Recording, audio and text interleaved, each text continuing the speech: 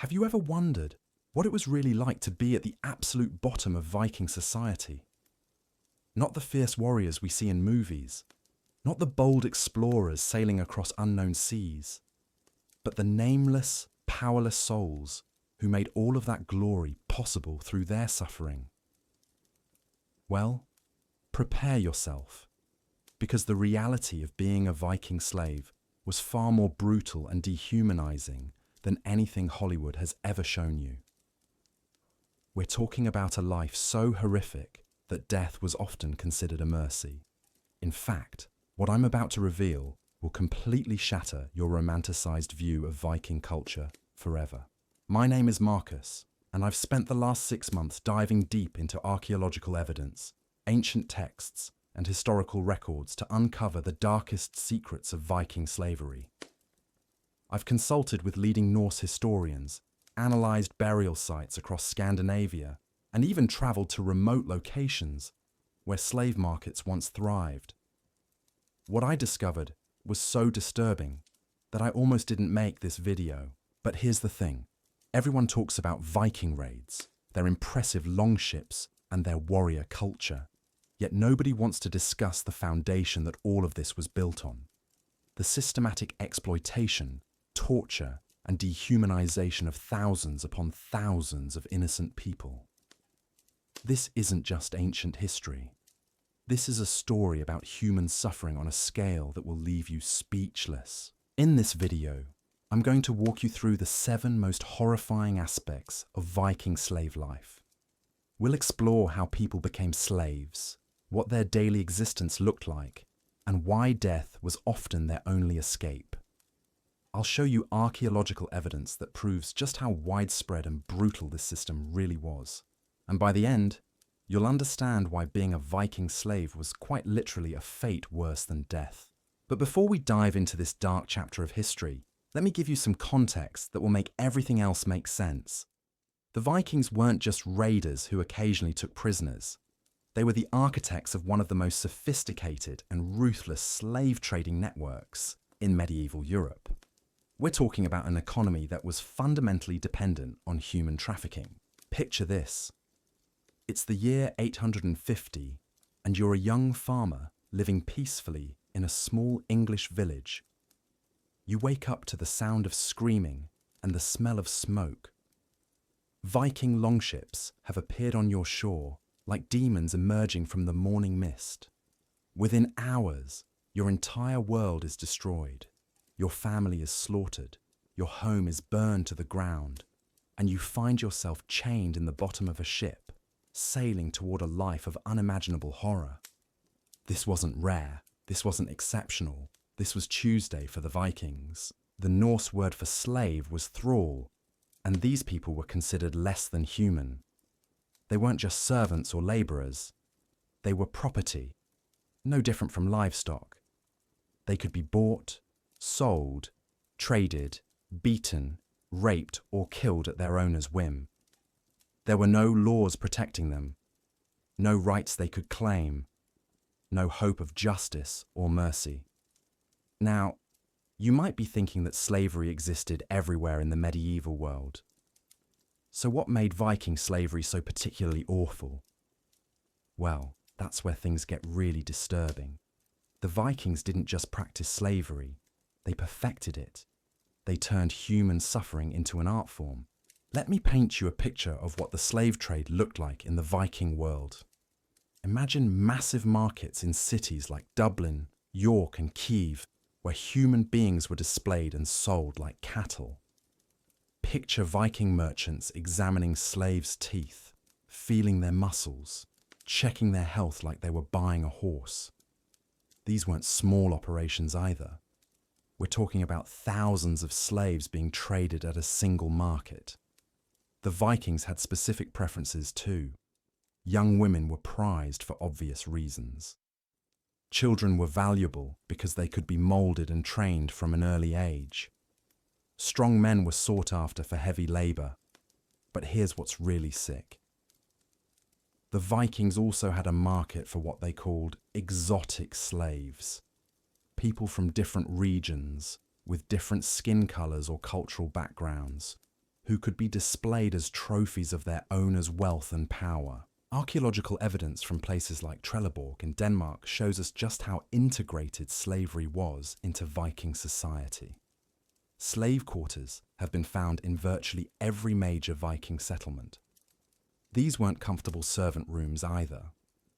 We're talking about cramped, dark spaces barely fit for animals. The remains found in these areas tell a story of malnutrition, disease, and constant physical abuse. But the horror didn't start when slaves reached their final destination. The journey itself was a nightmare beyond imagination. Slaves were packed into the hulls of longships like cargo. They were chained together, given minimal food and water, and forced to endure weeks at sea in their own filth. Many didn't survive the journey. Those who did arrived broken, sick, and psychologically shattered. Think about that for a moment.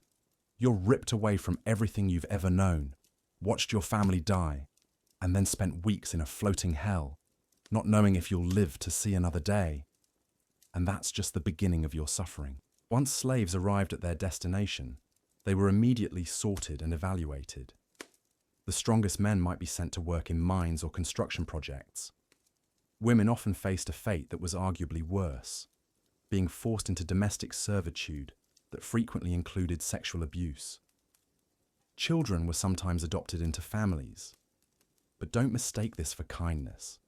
They were being groomed to be the next generation of slaves, completely loyal to their masters because they knew no other life. The daily life of a Viking slave was a constant struggle for survival. They worked from dawn to dusk, 7 days a week, with no rest and no hope of reprieve. Their diet consisted of scraps and leftovers, barely enough to keep them alive and working. They slept on cold floors, wore rags, and were beaten regularly to maintain discipline and fear. But physical suffering was only part of the horror. The psychological torture was equally devastating. Slaves were deliberately separated from anyone who spoke their language or shared their culture. They were given new names, forbidden from practicing their religion, and constantly reminded that they were worthless. The Vikings understood that breaking someone's spirit was just as important as breaking their body. What makes this even more disturbing is how normalized it all was in Viking society. Owning slaves wasn't just accepted, it was a sign of status and wealth. Rich Vikings would compete to see who could own the most slaves or possess the most exotic ones. Slaves were given as gifts at weddings and festivals. They were used as currency in business deals. They were literally treated like objects. The legal system, such as it was, reflected this dehumanization completely. If a slave was injured or killed by someone other than their owner, the compensation paid was for property damage, not for taking a human life. A slave's testimony was worthless in legal proceedings. They couldn't own property, make contracts, or have any say in their own fate. And here's something that will really disturb you. The Vikings had a practice called slave sacrifice during important ceremonies and funerals. When a wealthy Viking died, their slaves would often be killed and buried with them, supposedly to serve their master in the afterlife. But this wasn't a quick, merciful death. Archaeological evidence suggests these sacrifices involved torture and ritual humiliation before the final killing. We know this happened because we found the evidence.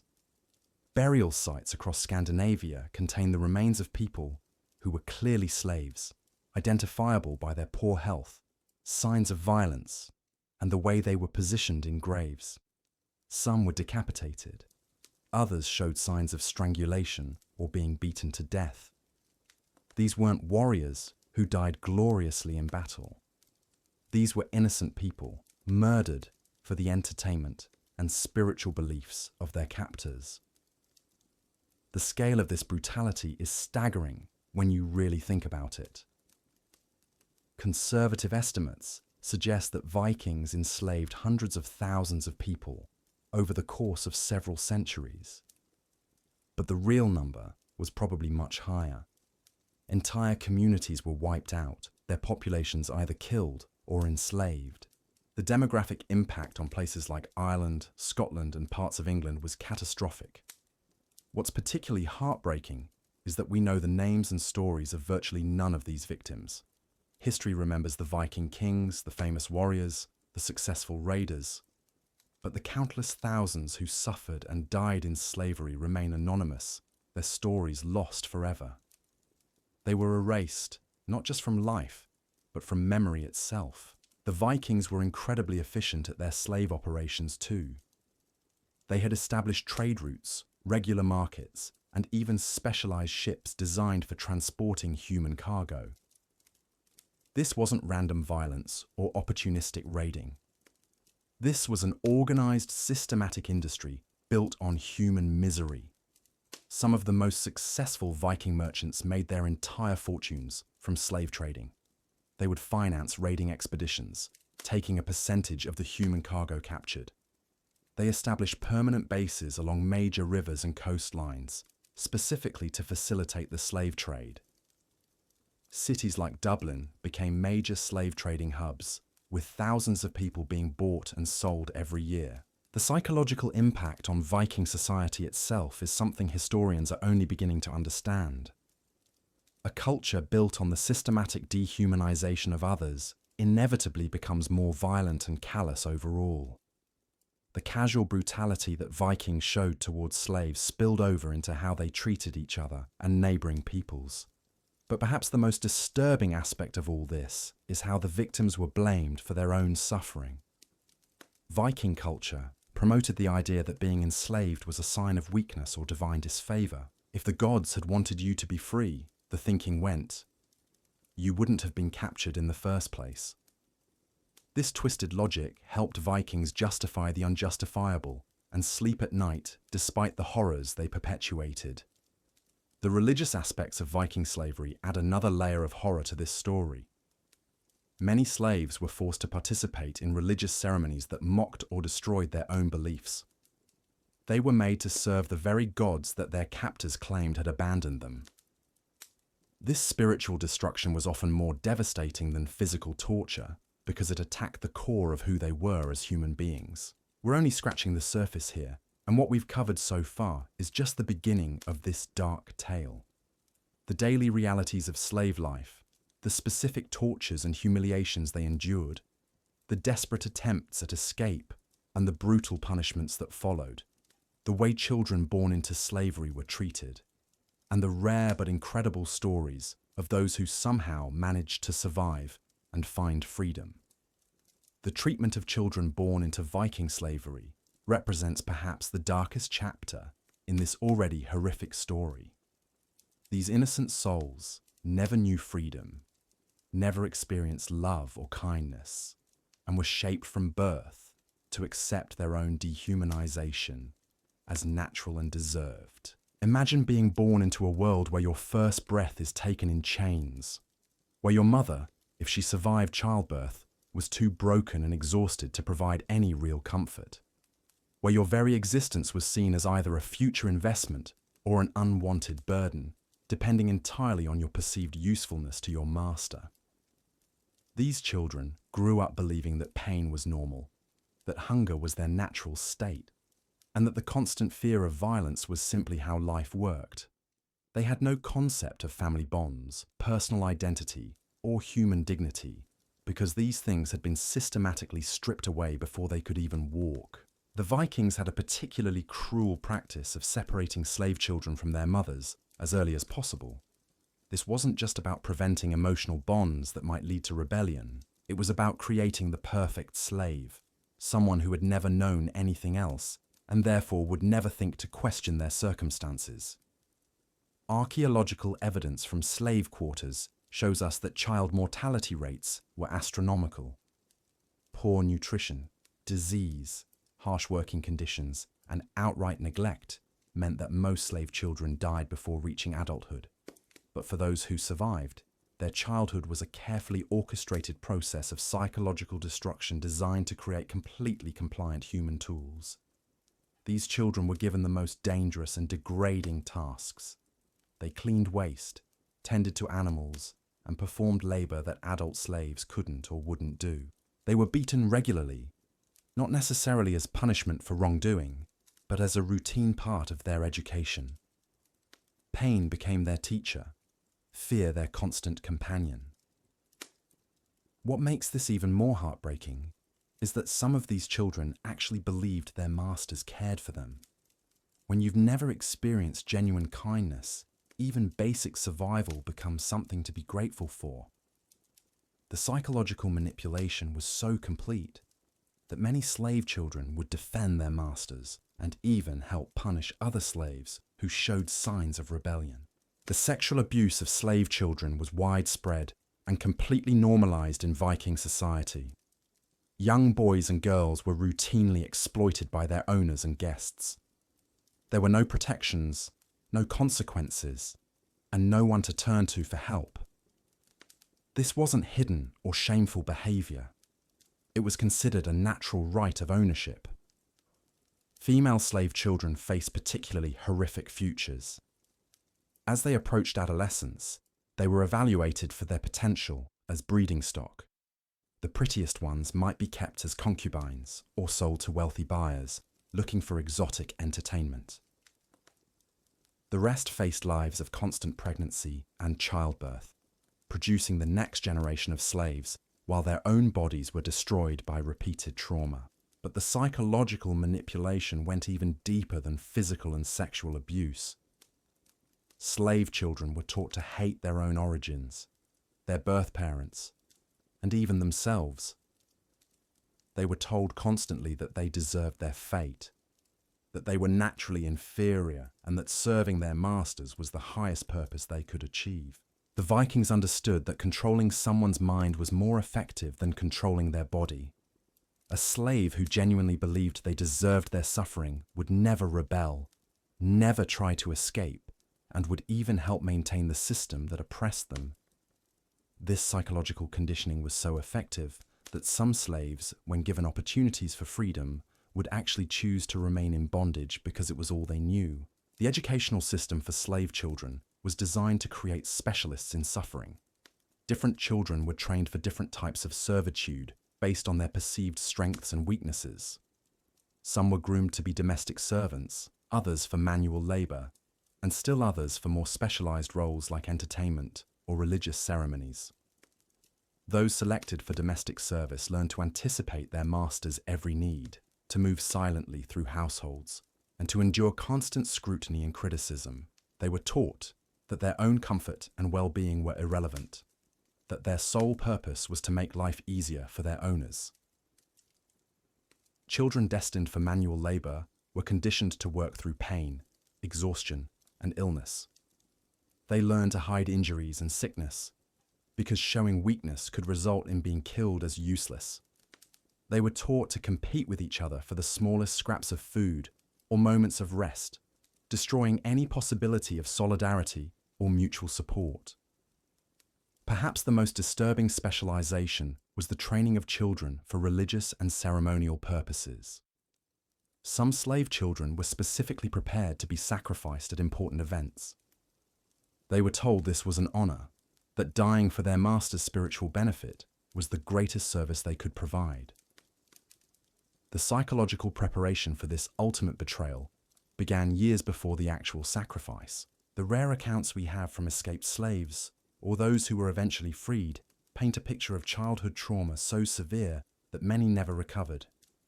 Even those who gained freedom struggled with basic concepts like making choices for themselves, forming relationships based on mutual respect, or believing they deserved happiness and dignity. The impact on families was equally devastating. When Viking raiders struck a community, they didn't just destroy individual lives.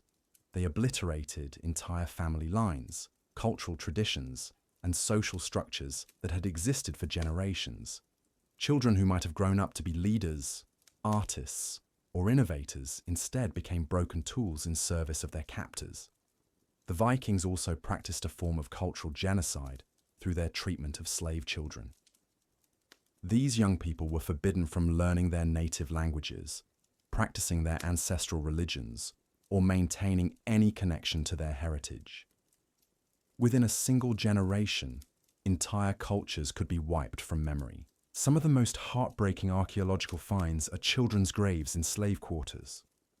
These small remains show evidence of malnutrition, untreated injuries, and signs of violent death. But what's most disturbing is how these children were buried without ceremony, without grave goods, without any recognition of their humanity. They were discarded like broken pottery. The psychological scars extended beyond the immediate victims too. Viking children who grew up in households with slaves learned to see other human beings as objects from an early age. This normalized violence and dehumanization created a cycle where each generation became more callous and brutal than the last. The economic calculations surrounding slave children reveal the cold, calculating nature of this system. Masters kept detailed records of which slaves were most productive, which bloodlines produced the strongest workers, and which children showed the most promise for different types of service. Human beings were reduced to livestock breeding programs. Female slaves who produced children were sometimes given slightly better treatment, not out of kindness, but to protect the investment. However, this came with its own horrors. These women were often forced to breed with specific male slaves to produce desired traits, with no regard for their own feelings or desires. The separation of families was used as a constant threat to maintain control. Slave parents knew that any act of defiance could result in their children being sold away or killed. This created a climate of absolute terror, where even the strongest-willed individuals were broken by their love for their offspring.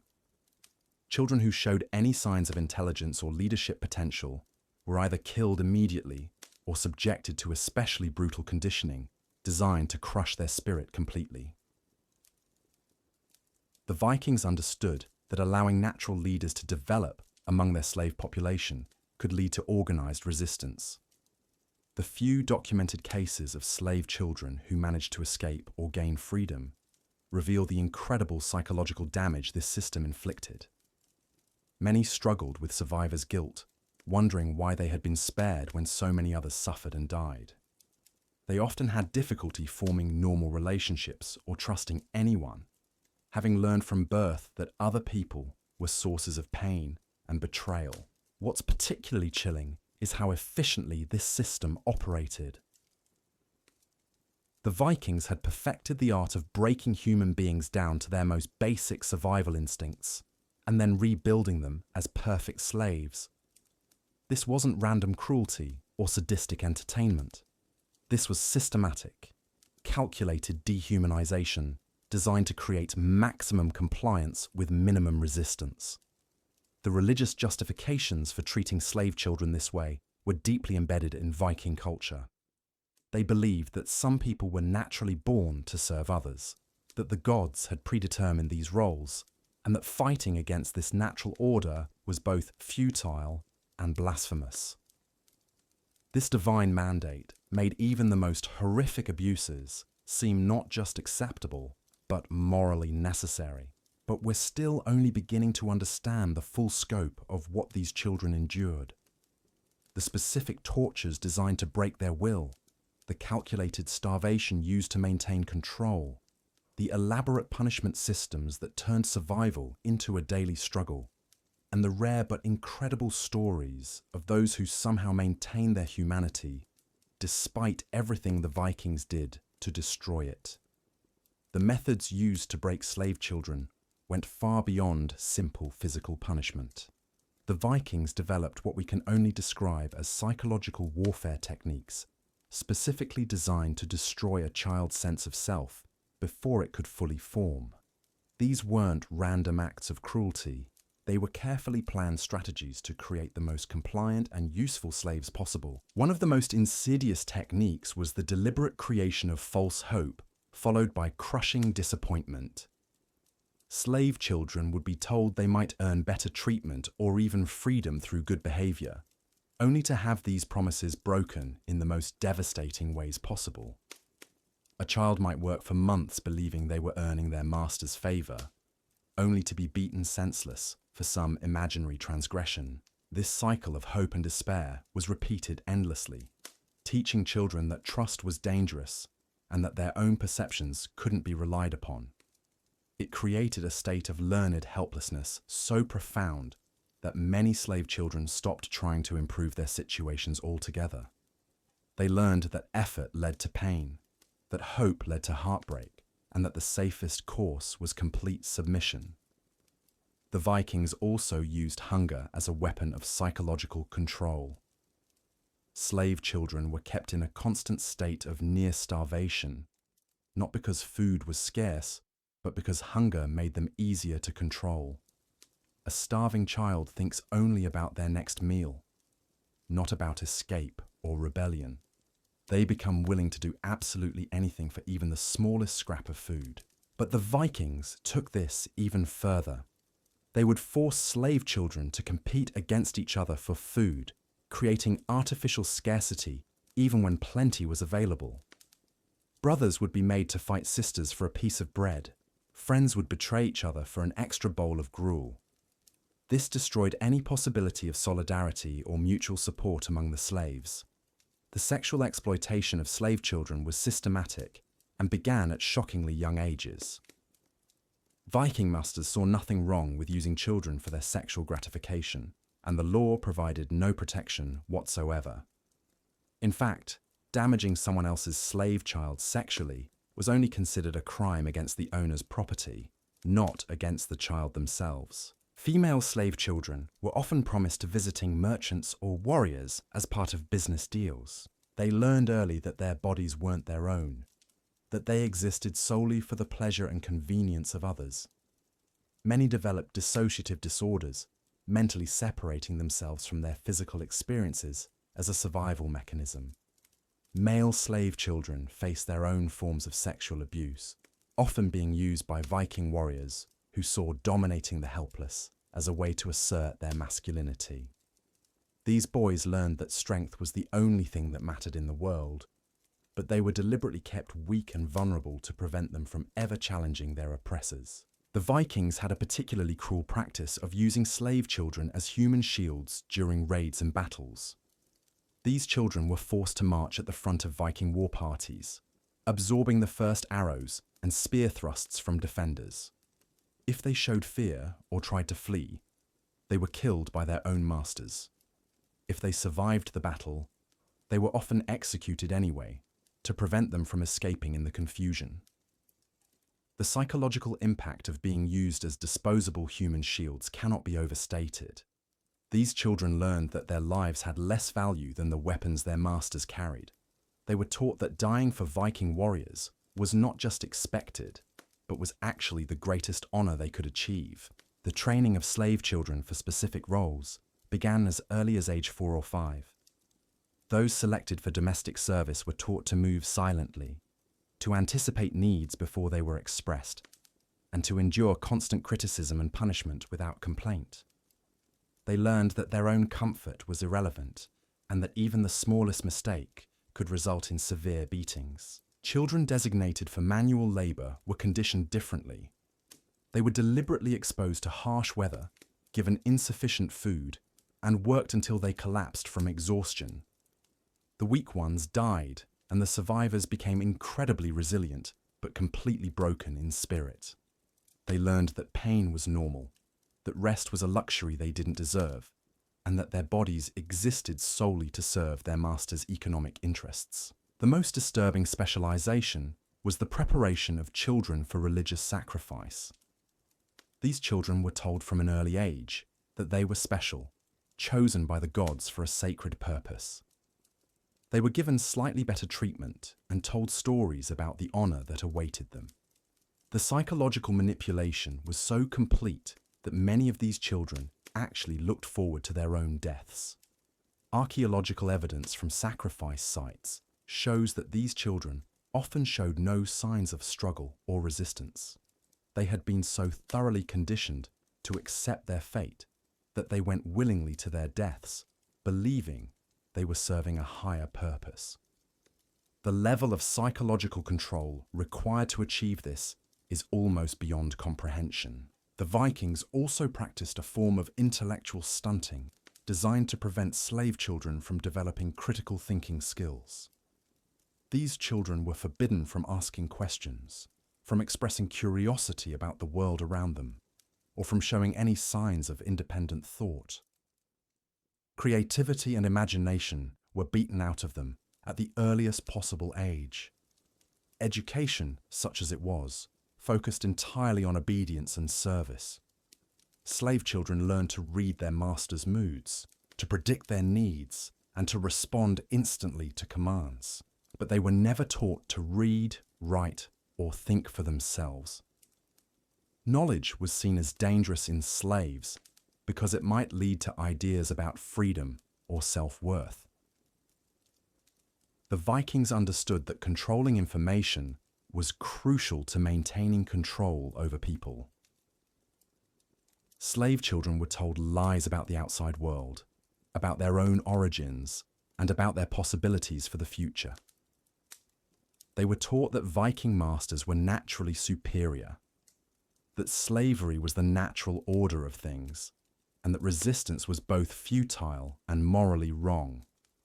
The few slave children who showed exceptional intelligence or talent were handled in one of two ways. Either they were killed immediately to prevent them from becoming leaders among the other slaves, or they were subjected to especially intensive conditioning designed to turn their abilities towards serving their masters more effectively. Some of the most tragic cases involved children who were clearly gifted artists, musicians, or storytellers. Instead of being allowed to develop these talents for their own fulfillment, they were forced to use their abilities solely for their master's entertainment. A child who might have become a great poet instead became a performing animal, creating beauty only to please their oppressors. The impact on families was calculated and devastating. Viking raiders specifically targeted pregnant women and small children because they understood that destroying the next generation was the most effective way to eliminate resistance. When communities were raided, children were often killed in front of their parents to maximize psychological trauma before the adults were enslaved.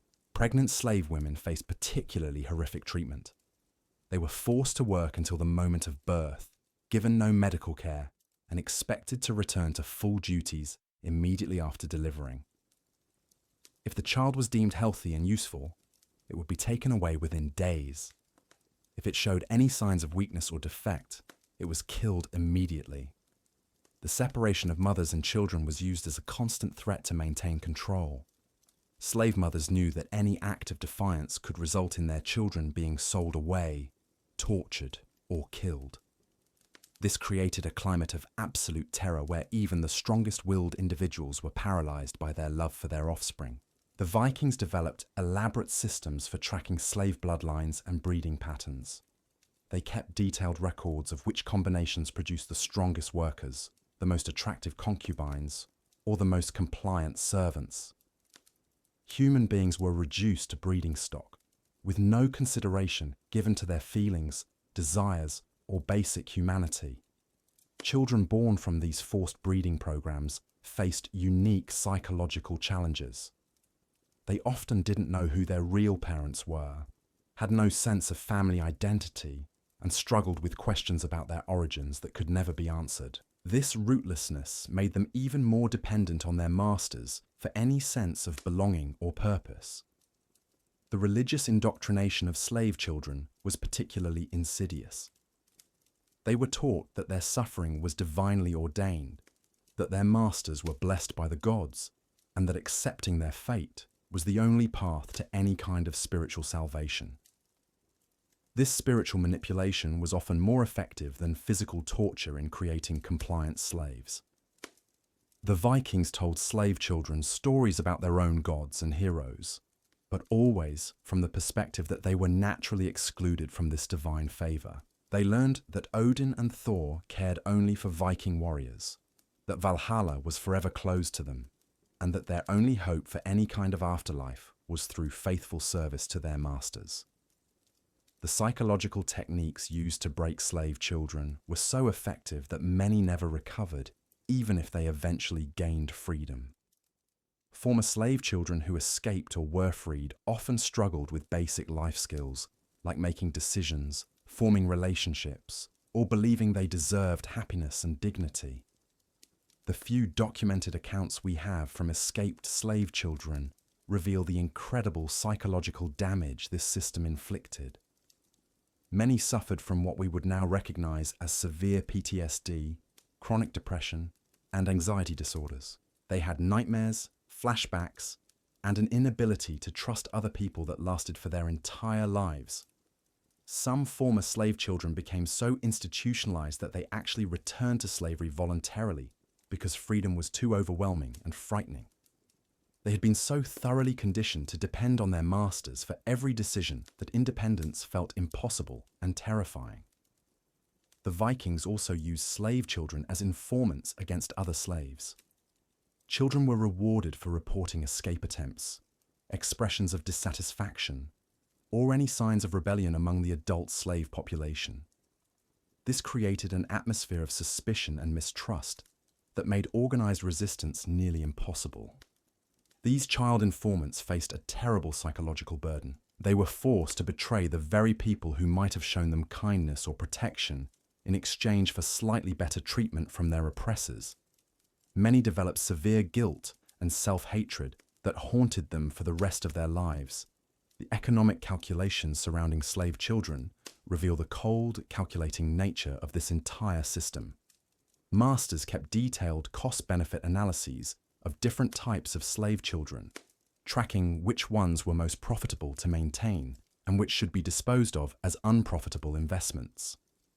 The training costs, feeding expenses, and expected productive lifespan of slave children were all factored into purchasing and breeding decisions. Human beings were reduced to economic equations, with their value calculated solely in terms of their potential to generate profit for their owners. But perhaps most disturbing of all was how normalized this treatment had become in Viking society. Adults who had grown up around slave children saw nothing wrong with this system because it was all they had ever known.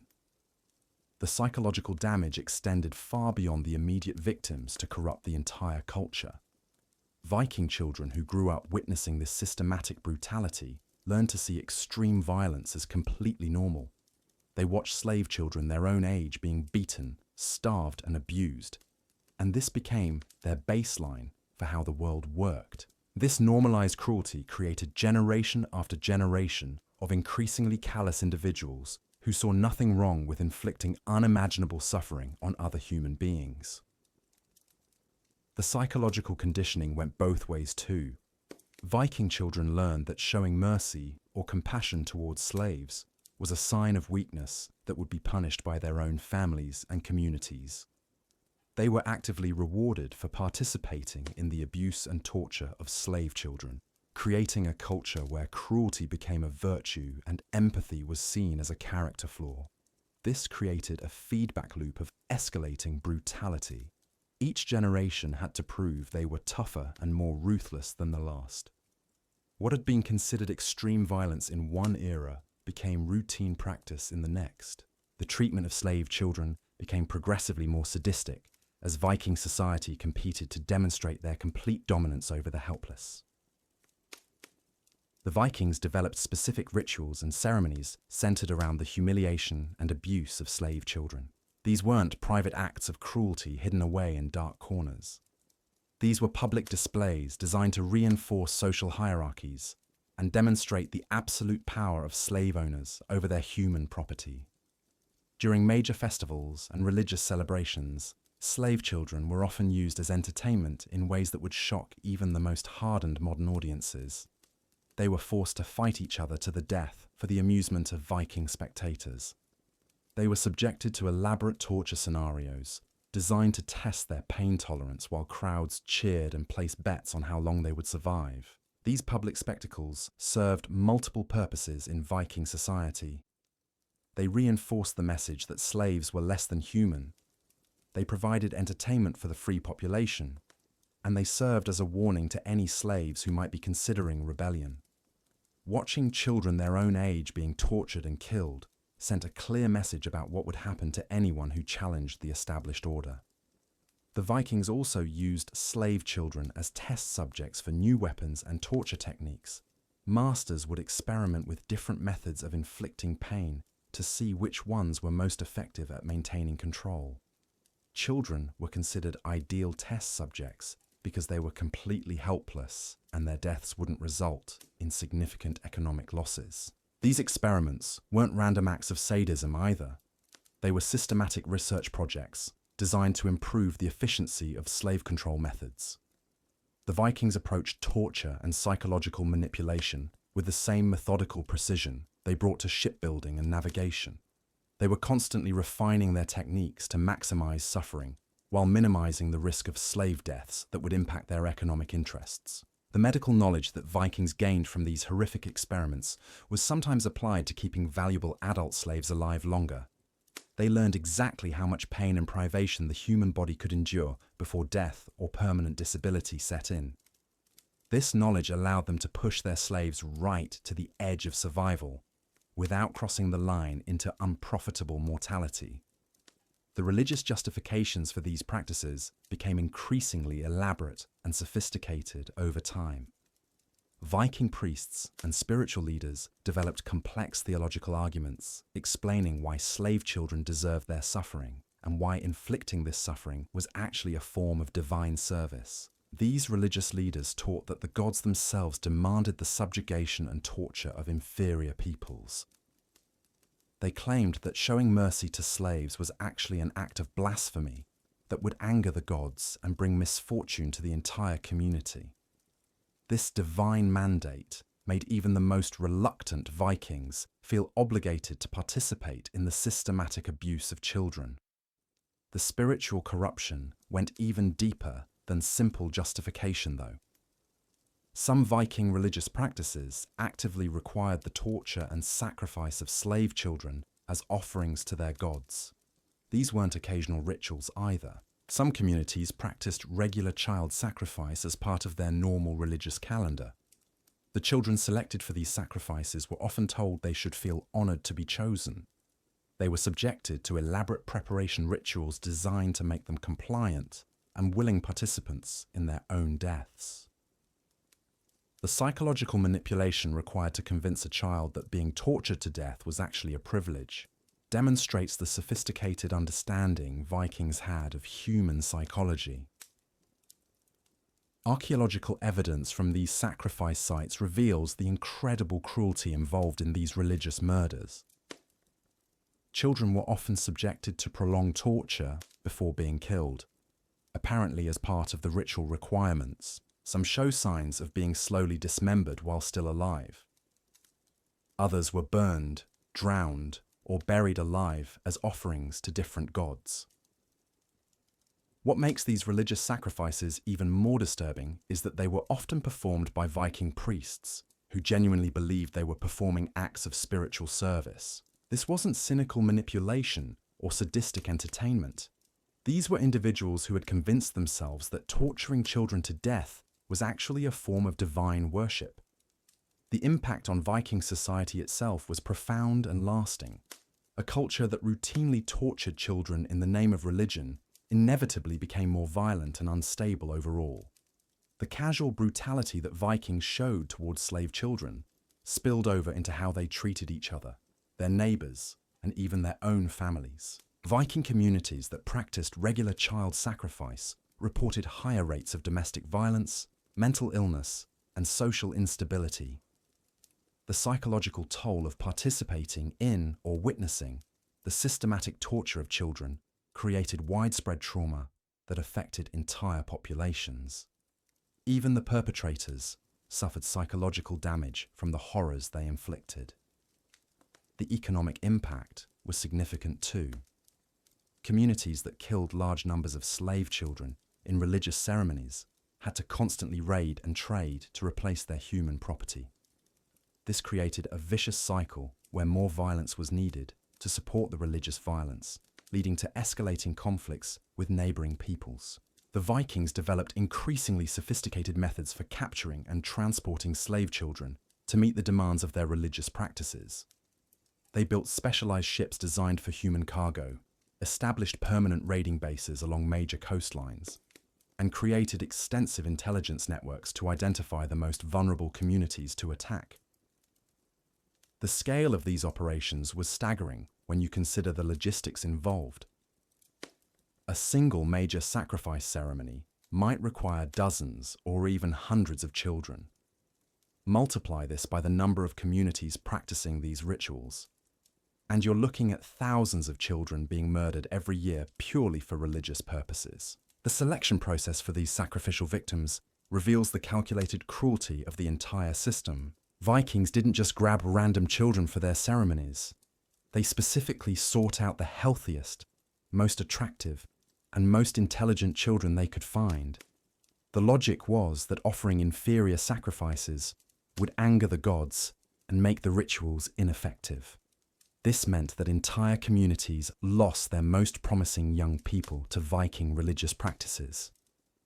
The demographic impact was catastrophic, not just in terms of immediate deaths, but in terms of lost potential. Children who might have grown up to be leaders, innovators, or cultural preservers instead became ritual murder victims. The training and preparation of children for sacrifice was itself a form of extended torture. These children were often kept for months or even years before being killed, during which time they were subjected to special conditioning designed to make them compliant victims. They were told repeatedly that their deaths would serve a noble purpose, and that they should feel grateful for the opportunity to serve the gods. The psychological manipulation involved in this preparation was incredibly sophisticated. Children were gradually isolated from any sources of comfort or support, subjected to increasing levels of abuse and deprivation, and constantly reminded of their worthlessness, except as sacrificial offerings. By the time of their actual deaths, many had been so thoroughly broken that they offered no resistance. The Vikings also practiced a form of ritualized torture leading up to these sacrifices that was designed to maximize the suffering of the victims while also serving as entertainment for observers. These pre-sacrifice tortures could last for days or even weeks, with the children being kept alive through careful medical attention so their suffering could be prolonged. The methods used in these extended torture sessions reveal a level of creativity in inflicting pain that is almost beyond comprehension. Vikings developed specialized tools and techniques specifically for torturing children, many of which were designed to cause maximum agony without causing immediate death. Some of these torture implements have been found in archaeological excavations, providing physical evidence of the systematic nature of these practices. The sophistication of these tools suggests that significant time and resources were invested in perfecting methods for inflicting suffering on helpless victims. The public nature of these torture sessions served multiple purposes in Viking society. They provided entertainment for the population, demonstrated the power of slave owners over their property, and served as warnings to other slaves about the consequences of disobedience. They also functioned as a form of social bonding, bringing the community together through shared participation in extreme violence. The psychological impact on witnesses to these events was profound, but often went unrecognized by Viking society itself. Children who grew up watching other children being systematically tortured developed severe psychological problems that affected them throughout their lives. Many became unable to form normal emotional attachments or to experience empathy for others. The normalization of extreme violence against children created a culture where increasingly brutal behavior was seen as acceptable and even admirable. Vikings began competing to see who could devise the most creative and painful methods of torture, turning child abuse into a form of artistic expression. This escalation of cruelty wasn't accidental or random. It was the inevitable result of a system that rewarded brutality and punished compassion. Once a society decides that some human beings don't deserve basic dignity and protection, there's no logical stopping point for how badly they can be treated. The Vikings understood this dynamic and deliberately cultivated it as a way of maintaining social control. By making the treatment of slaves progressively more horrific, they ensured that the free population would never identify with or sympathize with their victims. The greater the gap between the treatment of free people and slaves, the more secure the system became.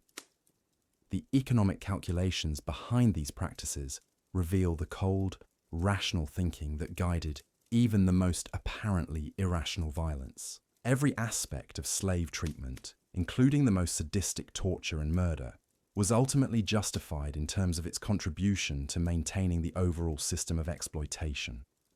The Vikings conducted what we might recognize today as cost-benefit analyses of different torture and execution methods.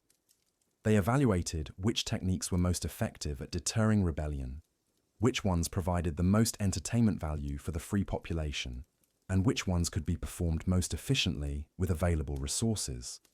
This systematic approach to cruelty extended to every aspect of how slave children were treated. Nothing was left to chance or individual whim. The Vikings had developed comprehensive manuals and training programs for slave owners, teaching them the most effective methods for breaking children's spirits and maintaining long-term control. The sophistication of these psychological control techniques rivals anything developed by modern totalitarian regimes. The Vikings understood principles of behavioral conditioning, trauma bonding, and learned helplessness centuries before these concepts were formally identified by psychologists. They knew exactly how to alternate between extreme cruelty and small mercies to create psychological dependence in their victims. They understood how to use isolation, sleep deprivation, and malnutrition to break down mental resistance. They had mastered techniques for turning victims against each other to prevent organized resistance. The training materials that have survived show us just how methodical and scientific the Vikings were in their approach to human subjugation. These weren't the random acts of primitive barbarians. These were the carefully planned strategies of a sophisticated civilization that had chosen to base its prosperity on the systematic exploitation of human suffering. The impact of this system extended far beyond the immediate victims to affect entire regions and cultures for generations. Communities that were repeatedly targeted by Viking slave raids never fully recovered from the demographic and psychological damage. The constant threat of having their children stolen and tortured created a climate of fear that stunted cultural and economic development. Some communities were so devastated by repeated slave raids that they eventually collapsed entirely, their populations either killed, enslaved, or scattered to other regions. The Vikings didn't just destroy individual lives, they destroyed entire civilizations, erasing centuries of cultural development and human achievement. The long-term consequences of this systematic child abuse are still being discovered by historians and archaeologists. Evidence suggests that the psychological trauma inflicted by Viking slavery practices created intergenerational effects that lasted for centuries after the Viking Age officially ended. Descendants of slave children who survived often struggled with inherited trauma that affected their ability to form families, build communities, and trust other people. The psychological damage done by Viking slavery practices created ripple effects that spread through time, affecting people who were born centuries after the original atrocities occurred. The scale and systematization of Viking child abuse represents one of the most horrific chapters in human history, yet it remains largely unknown to the general public. The romanticized image of Vikings as noble warriors and bold explorers has obscured the reality of a civilization built on the systematic torture and exploitation of children. This historical amnesia isn't accidental. It serves the interests of those who want to maintain comfortable myths about the past, rather than confront the full reality of human cruelty and its consequences. But understanding this history is crucial for recognizing similar patterns of abuse and exploitation that continue to exist in various forms today. The techniques and justifications developed by Viking slave owners have been replicated throughout history by other systems of oppression. The psychological manipulation, the religious justifications, the economic calculations, and the systematic dehumanization all follow patterns that can be recognized in later historical atrocities. by studying how Viking society managed to convince itself that torturing children was not only acceptable, but actually noble and necessary, we can better understand how similar systems of oppression develop and maintain themselves. The Vikings weren't uniquely evil. They were ordinary people who became capable of extraordinary cruelty through systematic conditioning and cultural reinforcement. The children who suffered and died in Viking slavery deserve to be remembered not just as anonymous victims, but as individual human beings who had hopes, dreams, and potential that was stolen from them. Each one represented a unique life that was cut short, a family that was destroyed, and possibilities that were never allowed to flourish. Their stories remind us that behind every system of oppression are real people suffering real consequences. The statistics and historical analyses are important, but we must never lose sight of the individual human cost of these systems. Every child who died in Viking slavery was someone's daughter or son, someone who might have grown up to make important contributions to human civilization if they had been allowed to live free. The legacy of Viking slavery extends far beyond the medieval period. The techniques of psychological manipulation, the justifications for treating some humans as less than others, and the systematic nature of the exploitation all provided blueprints that would be used by later oppressive systems throughout history. Understanding this history is not about assigning blame to modern people for ancient crimes. It's about recognizing the patterns and warning signs that can help us identify and resist similar systems of oppression before they become fully established. The Vikings weren't monsters from another species. They were humans like us, which means we have the capacity for both their cruelty and their victims' resilience. The archaeological evidence continues to reveal new details about the extent and nature of Viking slavery practices.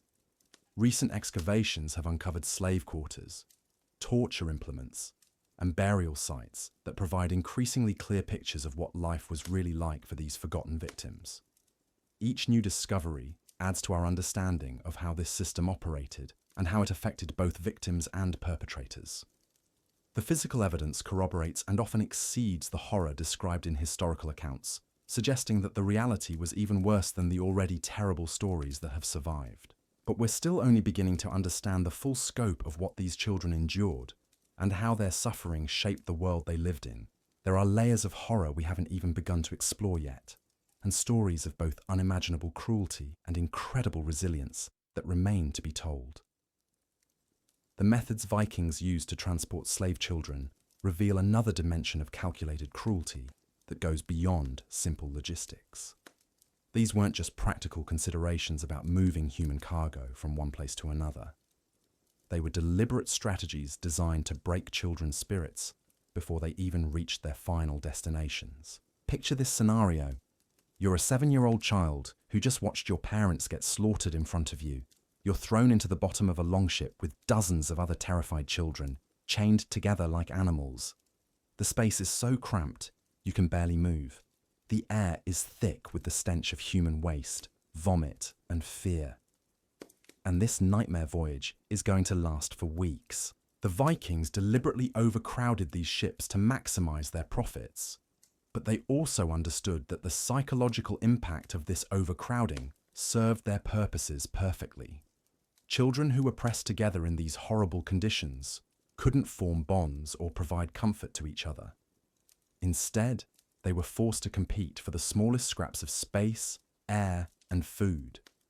The feeding system during these voyages was designed to create maximum desperation and conflict among the children. Food wasn't distributed equally or fairly. Instead, it was thrown into the cargo hold, like slop being fed to pigs, forcing the children to fight each other for survival. Stronger children learned to take food from weaker ones, while weaker children learned that their only hope was complete submission to those with more power. This wasn't accidental chaos. This was psychological warfare conducted against children who were already traumatized beyond imagination. The Vikings understood that children who spent weeks fighting each other for basic survival would arrive at their destinations already conditioned to see other slaves as competitors rather than potential allies. The waste disposal systems on these ships reveal another layer of calculated humiliation. Children were not provided with any sanitary facilities whatsoever. They were forced to relieve themselves where they lay, creating conditions that were not just physically unbearable, but psychologically devastating for children who had been raised with normal concepts of dignity and cleanliness. The Vikings knew that forcing children to live in their own filth would break down their sense of self-worth and human dignity. Children who had to endure weeks of this treatment arrived at their destinations already believing they were dirty, worthless creatures who deserved whatever treatment they received. The medical care provided during these voyages was minimal and strategic. Vikings would treat injuries or illnesses only if they threatened the economic value of their cargo. A child with a broken bone might receive crude medical attention, but only to prevent permanent disability that would reduce their sale price. A child with a fever would be given water only if their death seemed imminent and economically inconvenient.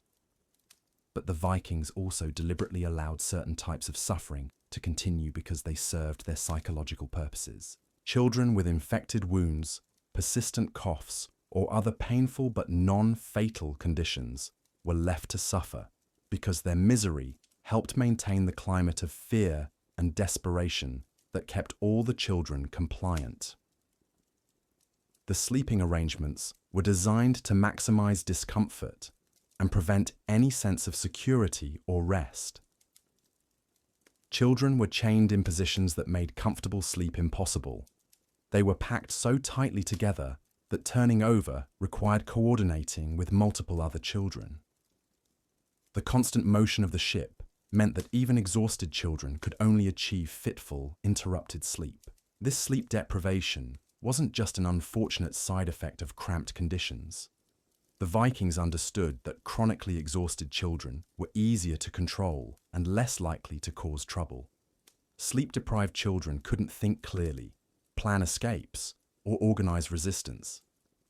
They became focused entirely on basic survival needs, rather than longer-term concerns about their fate. The psychological impact of these voyages was often more devastating than the physical hardships. Children who survived the journey frequently arrived at their destinations in states of complete mental breakdown.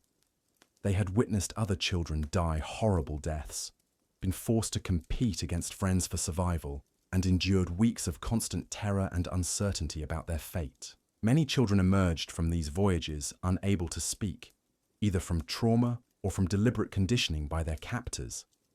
Vikings sometimes cut out the tongues of children who spoke languages they didn't understand, both to prevent communication among slaves and to reduce their value if they were planning to sell them to buyers who preferred silent servants.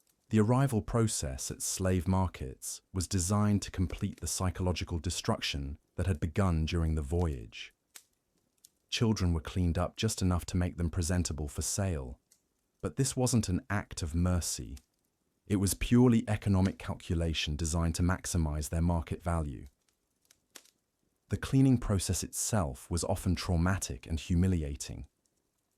Children who had been living in filth for weeks were scrubbed raw with harsh brushes and caustic soaps. Their hair was cut or shaved off entirely, both for hygiene reasons and to remove any remaining traces of their individual identity. They were given crude clothing that marked them clearly as slave merchandise. The inspection process that potential buyers conducted was designed to be as dehumanizing as possible. Children were examined like livestock, with buyers checking their teeth, feeling their muscles, and looking for signs of disease or defect. This physical examination was often accompanied by crude comments about the children's appearance, abilities, and potential uses. Female children face particularly invasive examinations designed to assess their reproductive potential and sexual appeal. These examinations were conducted in full view of other buyers and often involved inappropriate touching that constituted sexual abuse. The Vikings saw nothing wrong with this treatment because they genuinely didn't consider these children to be fully human. Male children were evaluated primarily for their potential as laborers, but they also faced sexual examination and abuse. Boys who showed signs of developing strength were seen as valuable for manual labor, while those who remained small and weak might be purchased for different purposes that were equally horrific. The auction process itself was a final act of dehumanization that completed the transformation of children into property. They were displayed on platforms, described in terms of their physical attributes and potential uses, and sold to the highest bidder without any consideration of their feelings, preferences, or family relationships. Siblings were routinely separated during these auctions, often sold to buyers in different regions who would never allow contact between family members. The Vikings understood that maintaining family bonds among slaves created emotional vulnerabilities that could be exploited by potential rebels or escapees. The prices paid for slave children reveal the cold economic calculations that drove this entire system. Healthy young girls typically commanded the highest prices because of their potential for both labor and reproduction.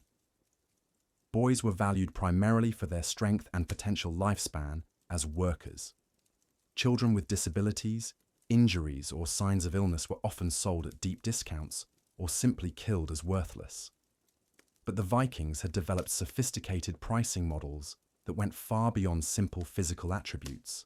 They evaluated children's apparent intelligence, their level of trauma and compliance, their cultural background, and even their physical appearance, according to the preferences of different buyer markets. Children from certain regions commanded premium prices because they were considered exotic or particularly attractive by Viking standards. Others were discounted because their cultural background made them more likely to attempt escape or rebellion. The Vikings had developed detailed knowledge of which ethnic groups produced the most compliant slaves and which ones required more intensive conditioning. The conditioning process that began during transport continued and intensified once children reached their final destinations. New owners had sophisticated methods for completing the psychological destruction of their young slaves and molding them into perfect servants. The first few weeks in a new household were crucial for establishing the patterns of dominance and submission that would define the rest of a slave child's life. Masters used a combination of extreme punishment and small rewards to create psychological dependence and learned helplessness in their new property. Children who showed any signs of resistance or independence were subjected to escalating punishments designed to break their will completely. These punishments often involved not just physical pain but psychological torture designed to attack the child's sense of identity and self-worth. One common technique was to force children to participate in the punishment of other slaves, including other children. A child might be required to hold a whip while their master beat another slave, or to report on the behavior of fellow slaves in exchange for slightly better treatment. This forced complicity created guilt and shame that further isolated children from potential sources of support. The Vikings also used positive reinforcement strategically to create psychological dependence.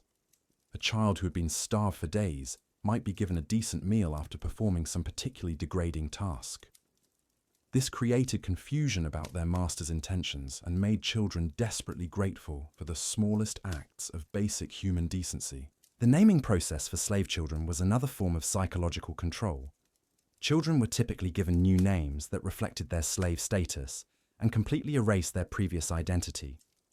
These names were often demeaning or referred to the child as property rather than as a person. Children were forbidden from using their original names or teaching them to other slaves. Speaking their birth name could result in severe punishment, including physical mutilation. Over time, many children forgot their original names entirely, completing the erasure of their pre-slavery identity. The religious conversion of slave children was mandatory and designed to cut their last psychological ties to their previous lives. Children were forced to participate in Viking religious ceremonies and to renounce whatever gods or beliefs their families had practiced.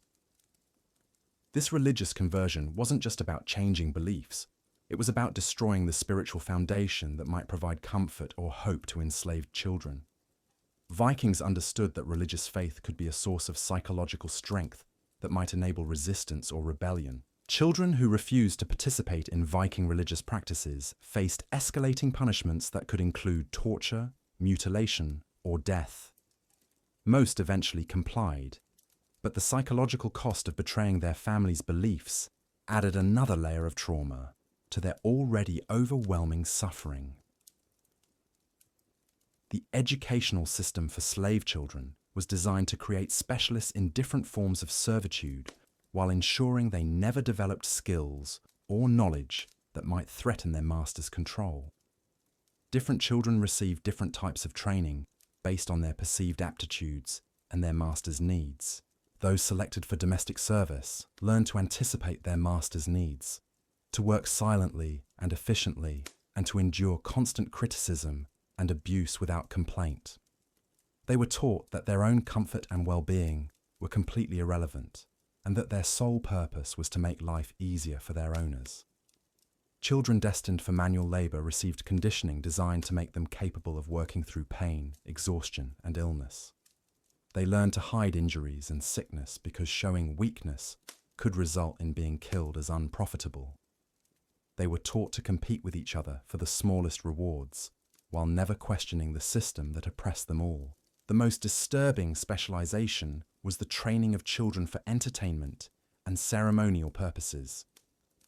Some slave children were specifically prepared for roles in religious ceremonies, gladiatorial combat, or sexual entertainment. The conditioning required for these roles was particularly intensive and psychologically damaging. Children being prepared for ritual sacrifice underwent months or years of psychological preparation designed to make them willing participants in their own deaths. They were told that dying for their master's spiritual benefit was the greatest honor they could achieve, and that resistance would anger the gods and bring misfortune to everyone. The Vikings developed elaborate mythologies and stories designed to make slave children accept and even embrace their suffering. These stories always portrayed slavery as natural and divinely ordained, with slaves who accepted their fate being rewarded in the afterlife, while those who resisted faced eternal punishment. Children were required to memorize and recite these stories regularly, reinforcing the psychological conditioning through repetition and public performance. Those who showed insufficient enthusiasm or belief faced punishment that could include starvation, beating, or isolation. The isolation techniques used on slave children were particularly cruel and effective. Children who showed signs of independence or leadership potential were separated from other slaves and kept in solitary confinement for weeks or months at a time. These isolation periods were designed to break down the child's sense of identity and social connection. Children kept alone for extended periods often developed severe psychological problems, including hallucinations, self-harm behaviors, and complete withdrawal from reality. When children were returned to the general slave population after isolation, they were typically broken and compliant. Other slaves learned to fear isolation as one of the worst punishments available, making them more likely to police each other's behavior and report any signs of resistance to their masters. The Vikings also used social manipulation to prevent solidarity among slave children. They deliberately created hierarchies within the slave population, giving slightly better treatment to some children in exchange for helping to control others. These privileged slaves were often the most psychologically damaged because they were forced to betray other children in order to maintain their slightly better position. They lived in constant fear of losing their privileges while feeling guilty about their complicity in the oppression of their fellow slaves. The competitive dynamics created by this system made organized resistance nearly impossible. Instead of working together against their oppressors, slave children were constantly competing with each other for survival and the smallest improvements in their treatment. The Vikings understood that divide and conquer tactics were far more effective than simple brute force for maintaining long-term control over large slave populations. By making slaves police each other, they reduced the need for constant oversight while ensuring that any resistance movements would be discovered and reported before they could become dangerous. The punishment systems used on slave children were designed to serve multiple purposes simultaneously. They provided deterrence against resistance, entertainment for the free population, and psychological conditioning for both the punished child and other slaves who witnessed the punishment. Public punishments were particularly important for maintaining the psychological climate of fear that kept all slaves compliant. Children were forced to watch as their fellow slaves were tortured, mutilated, or killed for various infractions. These public displays served as constant reminders of what would happen to anyone who challenged the system. The Vikings developed specific punishment protocols for different types of infractions. Minor disobedience might result in food deprivation or extra work assignments. More serious resistance could lead to physical beatings, mutilation, or public humiliation. The most severe punishments were reserved for escape attempts or efforts to organize other slaves. The escalating nature of these punishments created a climate where even minor acts of independence became terrifyingly risky.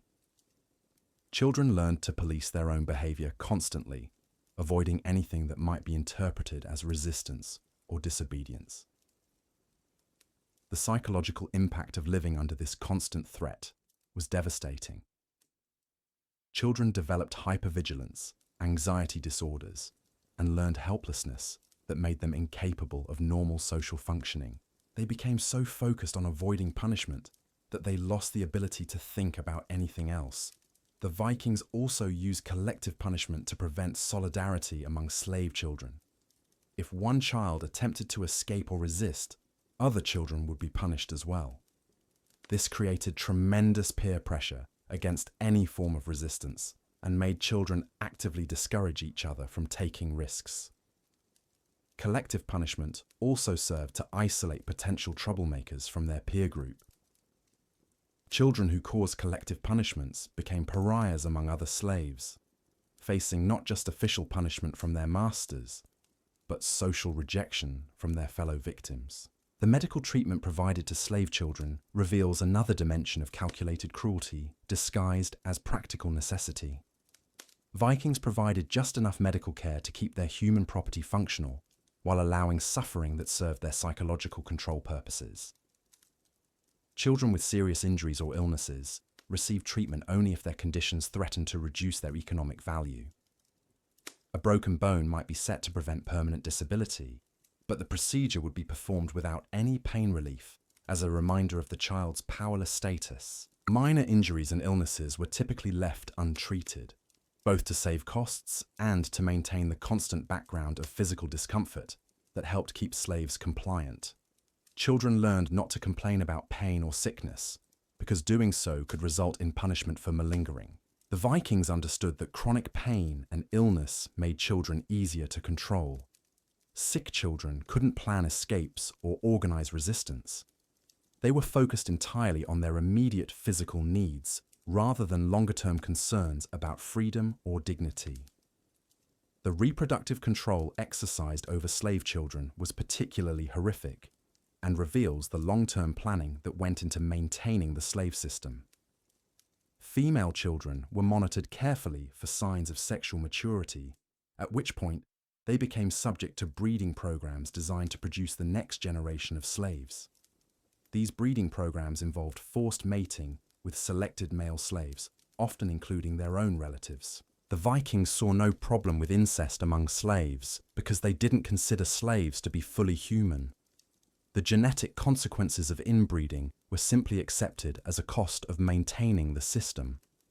Pregnant slave children received slightly better nutrition and medical care, but only to protect the economic investment represented by their unborn children. They were expected to continue working until the moment of birth and to return to full duties immediately after delivery. Newborn children were typically separated from their mothers within days or weeks of birth. This served multiple purposes. It prevented the formation of strong emotional bonds that might motivate resistance.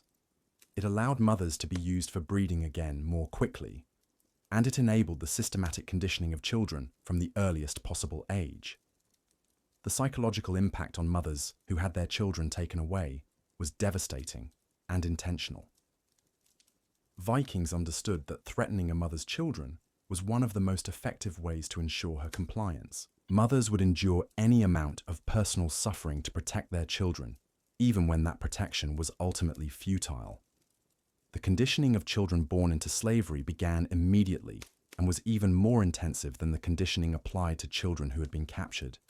These children never knew freedom, never experienced love or kindness, and were shaped from birth to accept their status as natural and inevitable. Children born into slavery often became the most psychologically damaged because they had no memories of better treatment to sustain them. They accepted abuse and degradation as normal because they had never experienced anything else. Many developed severe developmental disorders as a result of this constant trauma. The Vikings considered children born into slavery to be their most valuable property because they were completely controllable and had no outside loyalties or identities. These children represented the perfection of the slave system, human beings who had been successfully transformed into willing tools of their oppressors. The intergenerational transmission of trauma created by this system had effects that lasted far beyond the individual lives of the slaves themselves. Children who survived slavery often struggled to form normal relationships or raise healthy families, even if they eventually gained freedom. The psychological patterns learned in slavery, including hypervigilance, emotional numbing, and learned helplessness, were often passed on to subsequent generations. The children and grandchildren of former slaves frequently displayed symptoms of inherited trauma, even though they had never experienced slavery directly. This intergenerational trauma created lasting damage to entire populations and cultures that had been targeted by Viking slave raids. Communities that lost large numbers of children to slavery struggled to maintain their cultural traditions, their social structures, and their economic systems for generations after the raids ended. The Vikings understood that destroying a people's children was the most effective way to eliminate them as a cultural and political entity. By systematically enslaving the young, they prevented the transmission of languages, religions, and social customs that might have sustained resistance to Viking expansion. The demographic impact of child slavery was catastrophic for many regions. Entire communities lost their most promising young people, creating population bottlenecks that affected development for centuries. Some areas never recovered from the losses inflicted by systematic child enslavement.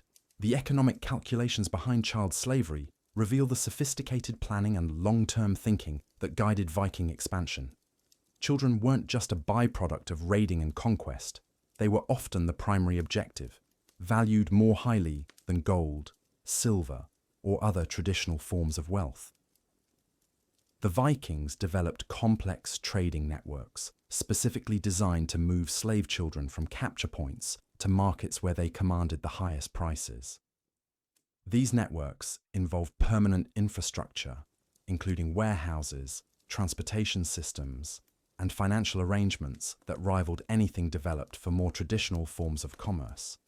The profits from child slavery funded much of the Viking expansion and exploration that historians typically celebrate. The famous voyages to Iceland, Greenland, and North America were financed largely through the systematic exploitation of enslaved children.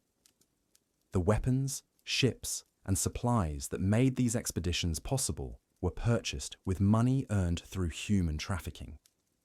The technological innovations that Vikings are famous for, including their advanced shipbuilding techniques and navigation methods, were developed partly to improve the efficiency of slave transportation. The design of longships was influenced by the need to carry human cargo safely and profitably across long distances. The social structures of Viking society were fundamentally shaped by the availability of slave labor. The warrior culture that historians often admire was possible only because slaves performed the agricultural and domestic work that supported the free population. Without enslaved children to do the basic work of survival, Vikings couldn't have afforded to spend their time raiding and exploring. The artistic and cultural achievements of Viking civilization were similarly dependent on slave labor. The elaborate metalwork, wood carving, and textile production that we admire today were created by enslaved artisans who received no recognition or compensation for their skills and creativity. Even Viking religious practices were corrupted by their dependence on slavery.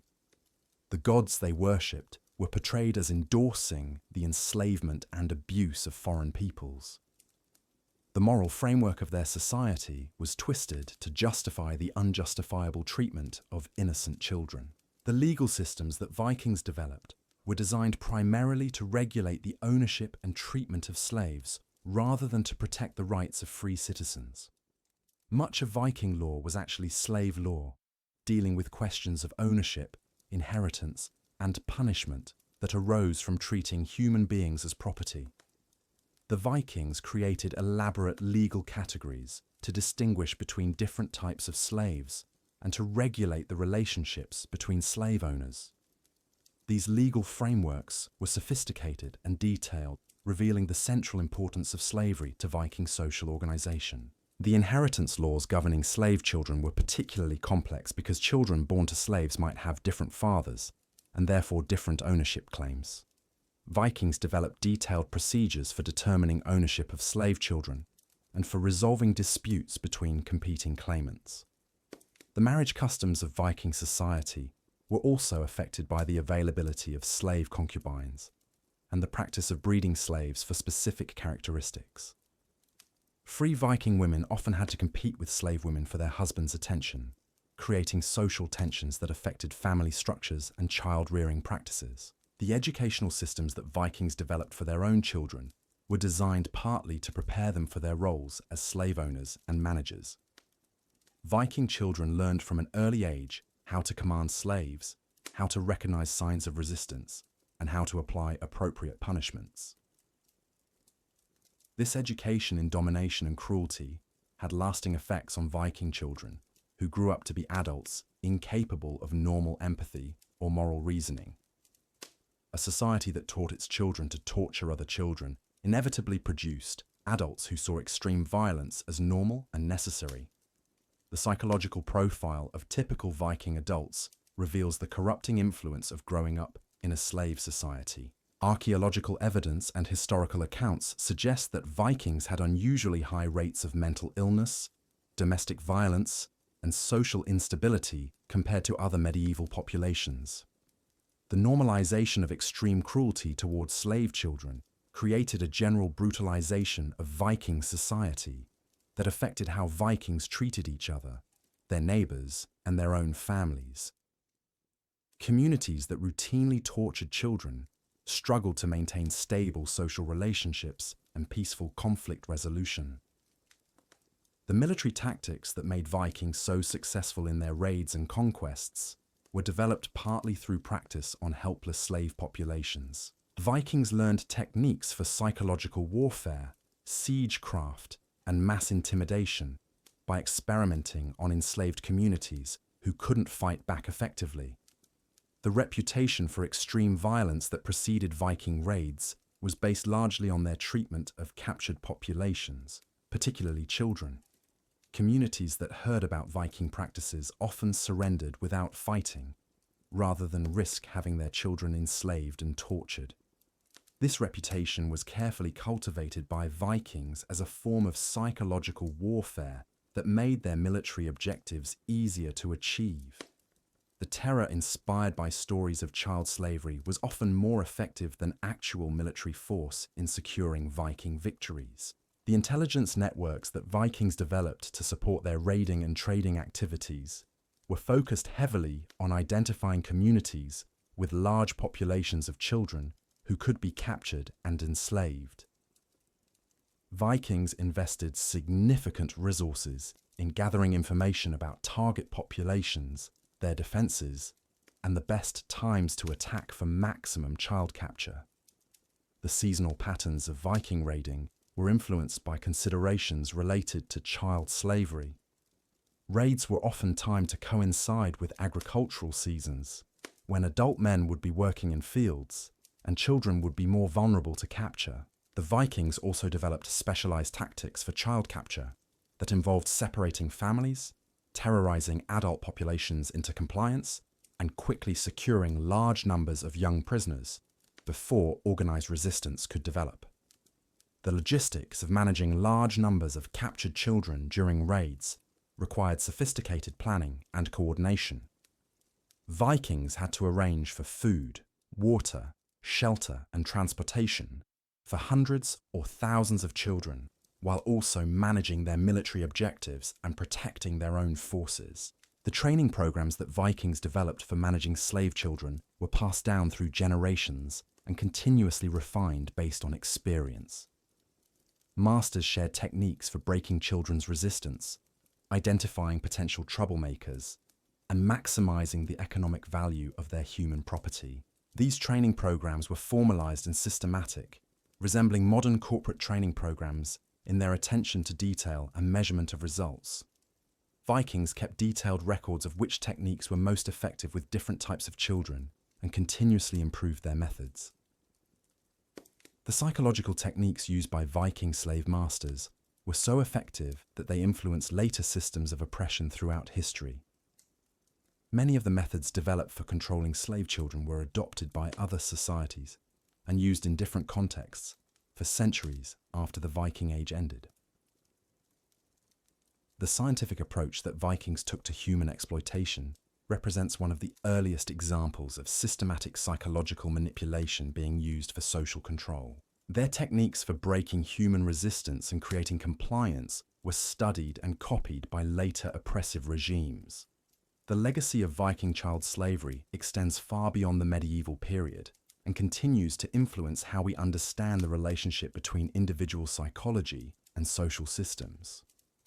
The Vikings proved that ordinary people could be conditioned to participate in extraordinary cruelty through systematic cultural indoctrination.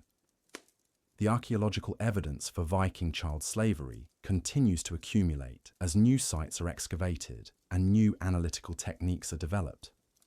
Each new discovery adds to our understanding of the scope and intensity of this system, while also revealing new details about the lives of individual victims. Recent DNA analysis of remains found in Viking burial sites has confirmed that many of the people buried as slaves were indeed children who had been taken from distant regions. These scientific techniques are allowing historians to verify and expand upon the written records that document Viking slavery practices. The isotope analysis of teeth and bones from slave burials is revealing information about the diets, health conditions, and geographic origins of enslaved children. This scientific evidence is painting an increasingly detailed picture of how the slave system operated and how it affected its victims. Ground-penetrating radar and other non-invasive archaeological techniques are identifying previously unknown slave burial sites and settlements. As more of these sites are investigated, the true scale of Viking slavery is becoming apparent, and it's larger than most historians previously believed. The preservation of organic materials in some Viking sites is providing unprecedented insights into the daily lives of slave children. Textiles, wooden objects, and even food remains are revealing details about living conditions, work assignments, and treatment that weren't recorded in written sources.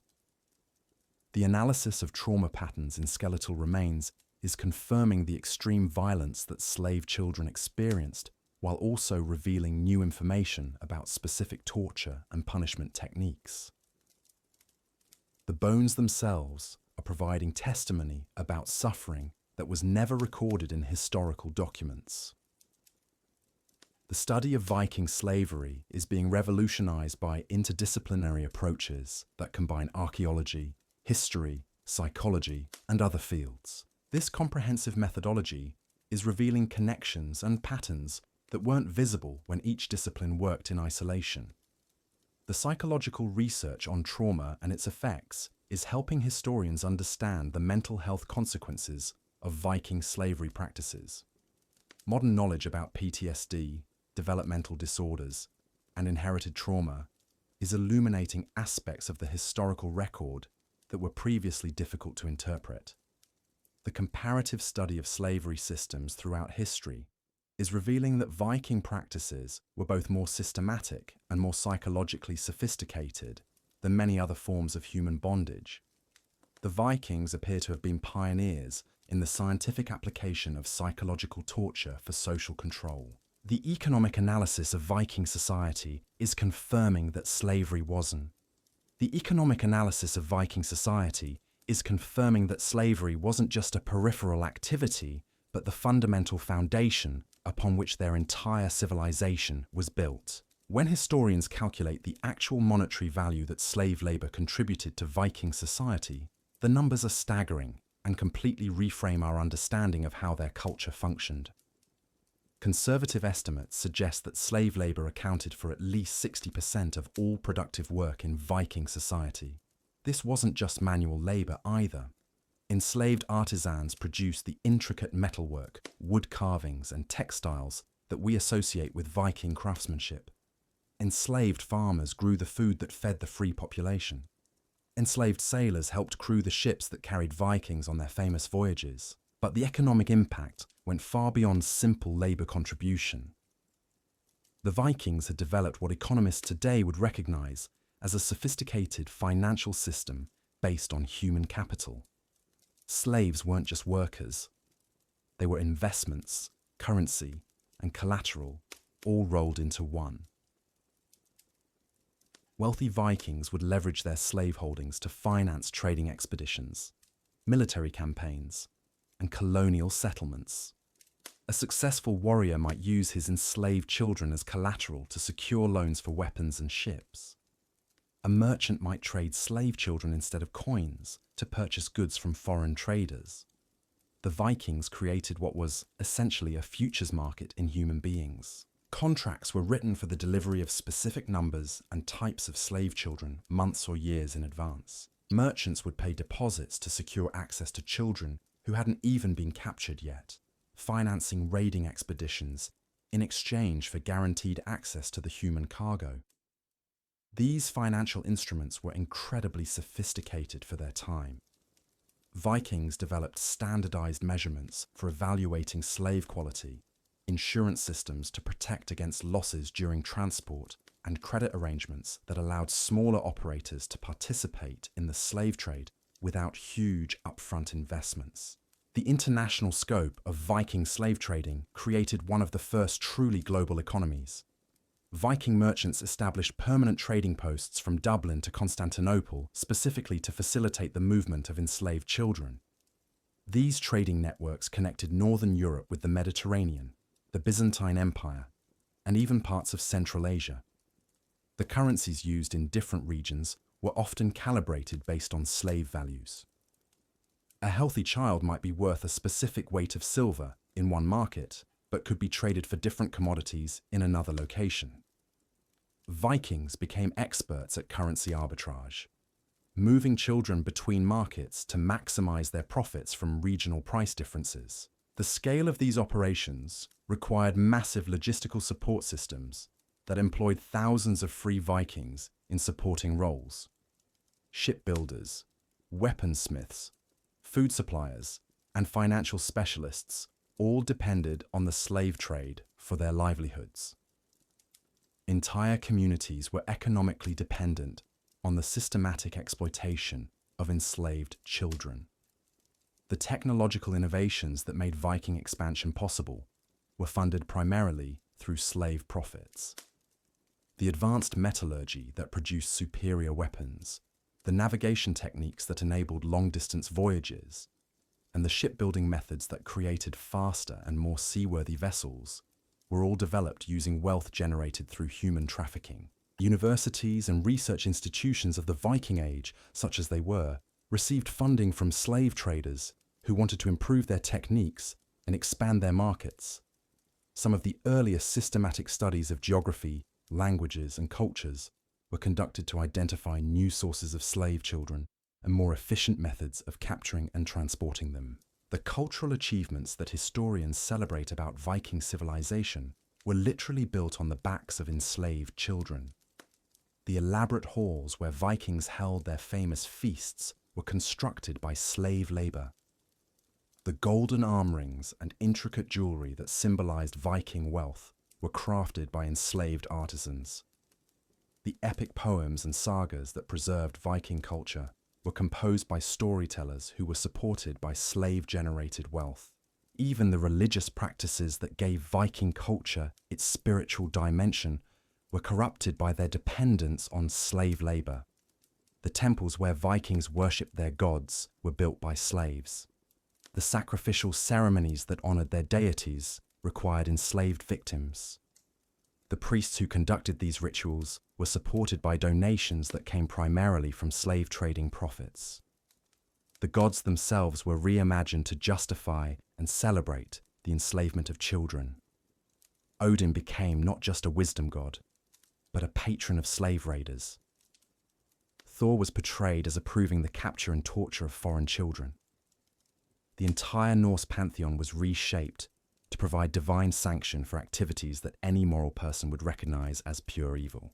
The legal frameworks that governed Viking society were designed primarily to facilitate and protect the slave trade, rather than to ensure justice or protect the innocent.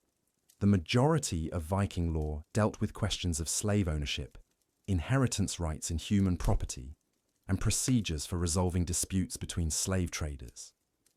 The court systems that Vikings established in their settlements existed mainly to adjudicate conflicts related to human trafficking. Judges were typically major slave owners themselves, who had financial interests in maintaining the system. Legal precedents were established that consistently favored slave owners over anyone who might challenge their property rights. The educational systems that Vikings developed were fundamentally shaped by their need to train the next generation of slave masters and traders. Viking children learned arithmetic by calculating the values of different slave children. They studied geography by memorizing the locations of the best slave markets. They practiced negotiation skills by role-playing slave auctions. Young Vikings were taught that successful slave management was the highest form of business skill. The most respected members of society were those who could break the most children, manage the largest slave operations, or devise the most profitable trading arrangements. Cruelty became a virtue that was actively cultivated and rewarded. The social hierarchies within Viking communities were determined largely by slave ownership. A Viking's status wasn't measured primarily by their personal courage in battle or their skill as a craftsman. It was measured by how many enslaved children they owned and how efficiently they could exploit their human property. Marriage arrangements among free Vikings often involved negotiations about slave dowries and the inheritance rights to human property. Wealthy families would arrange marriages specifically to consolidate their slaveholdings and create more powerful trading operations. Children weren't just gaining spouses, they were merging human trafficking businesses. The child-rearing practices of free Viking families were designed to prepare children for their roles as slave owners from the earliest possible age. Viking toddlers were given enslaved children as playmates, teaching them that some humans existed solely for their entertainment and convenience. These early experiences with absolute power over other children had profound psychological effects on Viking youth. They learned that empathy was weakness, that causing suffering was normal, and that their own desires mattered more than other people's lives. This conditioning created adults who were capable of extraordinary cruelty while feeling completely justified in their actions. The competitive dynamics among Viking children often involved contests to see who could devise the most creative punishments for their enslaved playmates. Parents encouraged this behavior as evidence that their children were developing the psychological toughness necessary for successful slave management. Young Vikings who showed reluctance to participate in the abuse of slave children were subjected to ridicule and punishment by their own families. Compassion was literally beaten out of Viking children through systematic conditioning that rewarded cruelty and punished mercy. The coming-of-age ceremonies for young Vikings typically involved demonstrating their ability to break and control enslaved children. A Viking youth might be required to torture a slave child to death as proof of their readiness for adult responsibilities. These ritual murders served as both psychological conditioning and public demonstrations of commitment to the slave system. The military training that prepared young Vikings for their careers as raiders was conducted primarily using enslaved children as practice targets. Viking warriors learned sword techniques by cutting down helpless slave children. They practiced archery by shooting at enslaved targets. They developed tactical skills by conducting mock raids on slave settlements. This training served multiple purposes beyond simple skill development. It desensitized young Vikings to violence against children, taught them to see enslaved people as expendable resources rather than human beings, and created psychological associations between violence and success that would drive their future behavior. The warrior culture that historians often romanticize was fundamentally dependent on a steady supply of enslaved children to serve as practice victims, manual laborers, and sexual outlets. The famous Viking berserkers achieved their legendary ferocity partly through systematic conditioning that involved torturing enslaved children until they became psychologically addicted to inflicting pain. The raiding expeditions that made Vikings famous throughout Europe were planned and executed primarily as slave-gathering operations rather than simple treasure hunts. Gold and silver could be stolen anywhere, but high-quality slave children required careful selection of targets and sophisticated capture techniques. The intelligence networks that Vikings maintained throughout Europe were focused mainly on identifying communities with large populations of healthy children who could be captured and enslaved.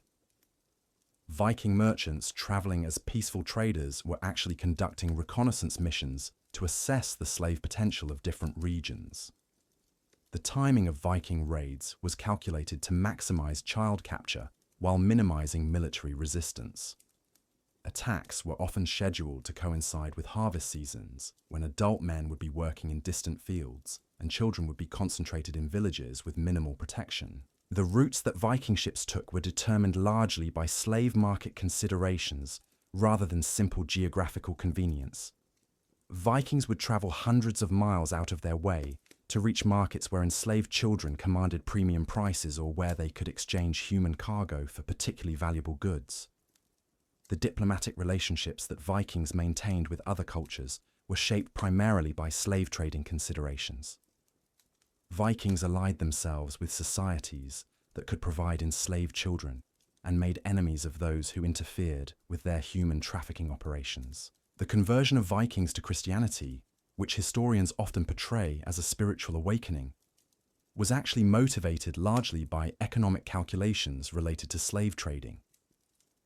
Christian rulers controlled access to the most profitable slave markets, and conversion was often the price of admission to these lucrative trading networks.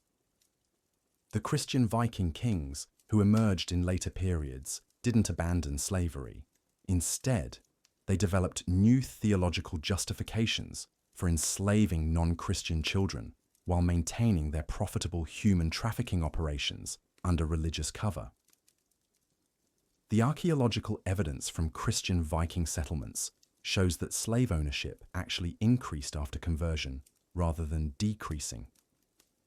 The new religion provided better legal frameworks for protecting slave property and more sophisticated justifications for treating enslaved children as less than human. The monetary systems that Vikings developed were calibrated primarily around slave values rather than traditional commodities like gold or silver. The basic unit of currency in many Viking communities was equivalent to the value of a healthy child of specific age and gender. This human-based currency system created economic incentives that drove Viking expansion and exploration far more effectively than simple greed for precious metals. Every new territory represented potential sources of human currency that could fund further expansion and development. The banking systems that emerged in Viking trading centers were designed specifically to facilitate slave transactions. Credit arrangements, insurance policies, and investment opportunities all revolved around the buying, selling, and transportation of enslaved children. The financial instruments that Vikings created were incredibly sophisticated for their time. and provided models that influenced later banking developments throughout Europe. Letters of credit, futures contracts, and partnership agreements all had their origins in Viking slave trading operations. The record-keeping systems that Vikings maintained were focused primarily on tracking their human property rather than other forms of wealth. Detailed inventories listed the ages, skills, health conditions, and market values of individual enslaved children, with the same precision that modern businesses track their inventory. These records reveal the systematic nature of Viking slavery operations and provide evidence of the massive scale on which children were bought, sold, traded, and transported. The bureaucratic efficiency of these human trafficking operations rivaled anything developed by modern criminal organizations. The insurance systems that Vikings created to protect their investments in human cargo were among the first commercial insurance policies in European history. Slave traders could purchase protection against losses due to disease, rebellion, escape, or maritime accidents during transportation. These insurance policies created financial incentives for treating enslaved children with just enough care to keep them alive and marketable while still maintaining the psychological control necessary to prevent resistance. The economic calculations were coldly precise and entirely focused on maximizing profits from human suffering. The investment strategies that wealthy Vikings pursued were built around diversified portfolios of human property rather than traditional assets. A successful Viking might own children trained for different types of work, located in different regions, and suited for different market demands. This diversification strategy protected slave owners against market fluctuations while ensuring steady returns on their investments in human beings. The sophisticated financial planning involved in these operations demonstrates the central importance of slavery to Viking economic thinking. The retirement planning that successful Vikings engaged in typically involved accumulating enough enslaved children to provide passive income through their labor and reproductive capacity. The goal was to own enough human property to live comfortably without having to participate directly in raiding or trading. The inheritance laws that governed the transfer of slave property between generations were incredibly detailed and sophisticated. Vikings developed complex legal frameworks for dividing human beings among heirs, resolving disputes over slave ownership, and maintaining family control over human trafficking operations. These inheritance systems created multi-generational slave trading dynasties that maintained their wealth and power through systematic human exploitation spanning centuries. Some Viking families specialized in slave trading for 10 or more generations, accumulating expertise and resources that made them incredibly efficient at their horrific trade. The marriage contracts that wealthy Vikings negotiated often included detailed provisions about slave property, breeding rights, and the management of human trafficking operations. Marriages were essentially mergers of slave trading businesses rather than simple romantic partnerships. The prenuptial agreements that Viking couples signed included provisions for dividing enslaved children in case of divorce, determining custody rights over human property, and maintaining business relationships even if personal relationships failed. The family structures that emerged in Viking society were shaped fundamentally by the need to manage large numbers of enslaved children efficiently. Viking households were essentially small-scale concentration camps designed to extract maximum labor value while maintaining psychological control over human property. The architectural designs of Viking homes and settlements were influenced heavily by the need to house, control, and exploit enslaved children. Archaeological evidence shows that slave quarters were carefully positioned to maximize surveillance while minimizing the possibility of escape or organized resistance. The technological innovations in construction, heating, and sanitation that Vikings developed were applied primarily to free areas of their settlements. Enslaved children were deliberately housed in conditions that were barely adequate for survival, as part of the psychological conditioning designed to break their spirits. The agricultural techniques that Vikings perfected were designed to maximize food production using primarily slave labor while minimizing the resources devoted to feeding enslaved workers. The goal was to extract maximum productivity while keeping operational costs as low as possible.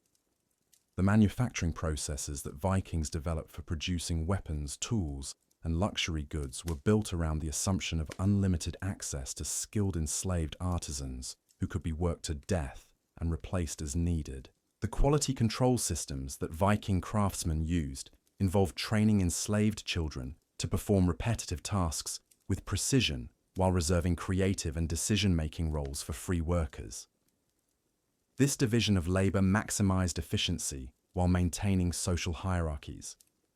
The transportation networks that Vikings established throughout their territories were designed primarily to move enslaved children efficiently between capture points, conditioning centers, and final markets. Roads, bridges, and shipping routes were planned around the logistics of human trafficking rather than general commerce. The communication systems that Vikings maintained across their territories were focused heavily on coordinating slave trading operations, sharing information about market conditions, and reporting on the availability of children for capture in different regions.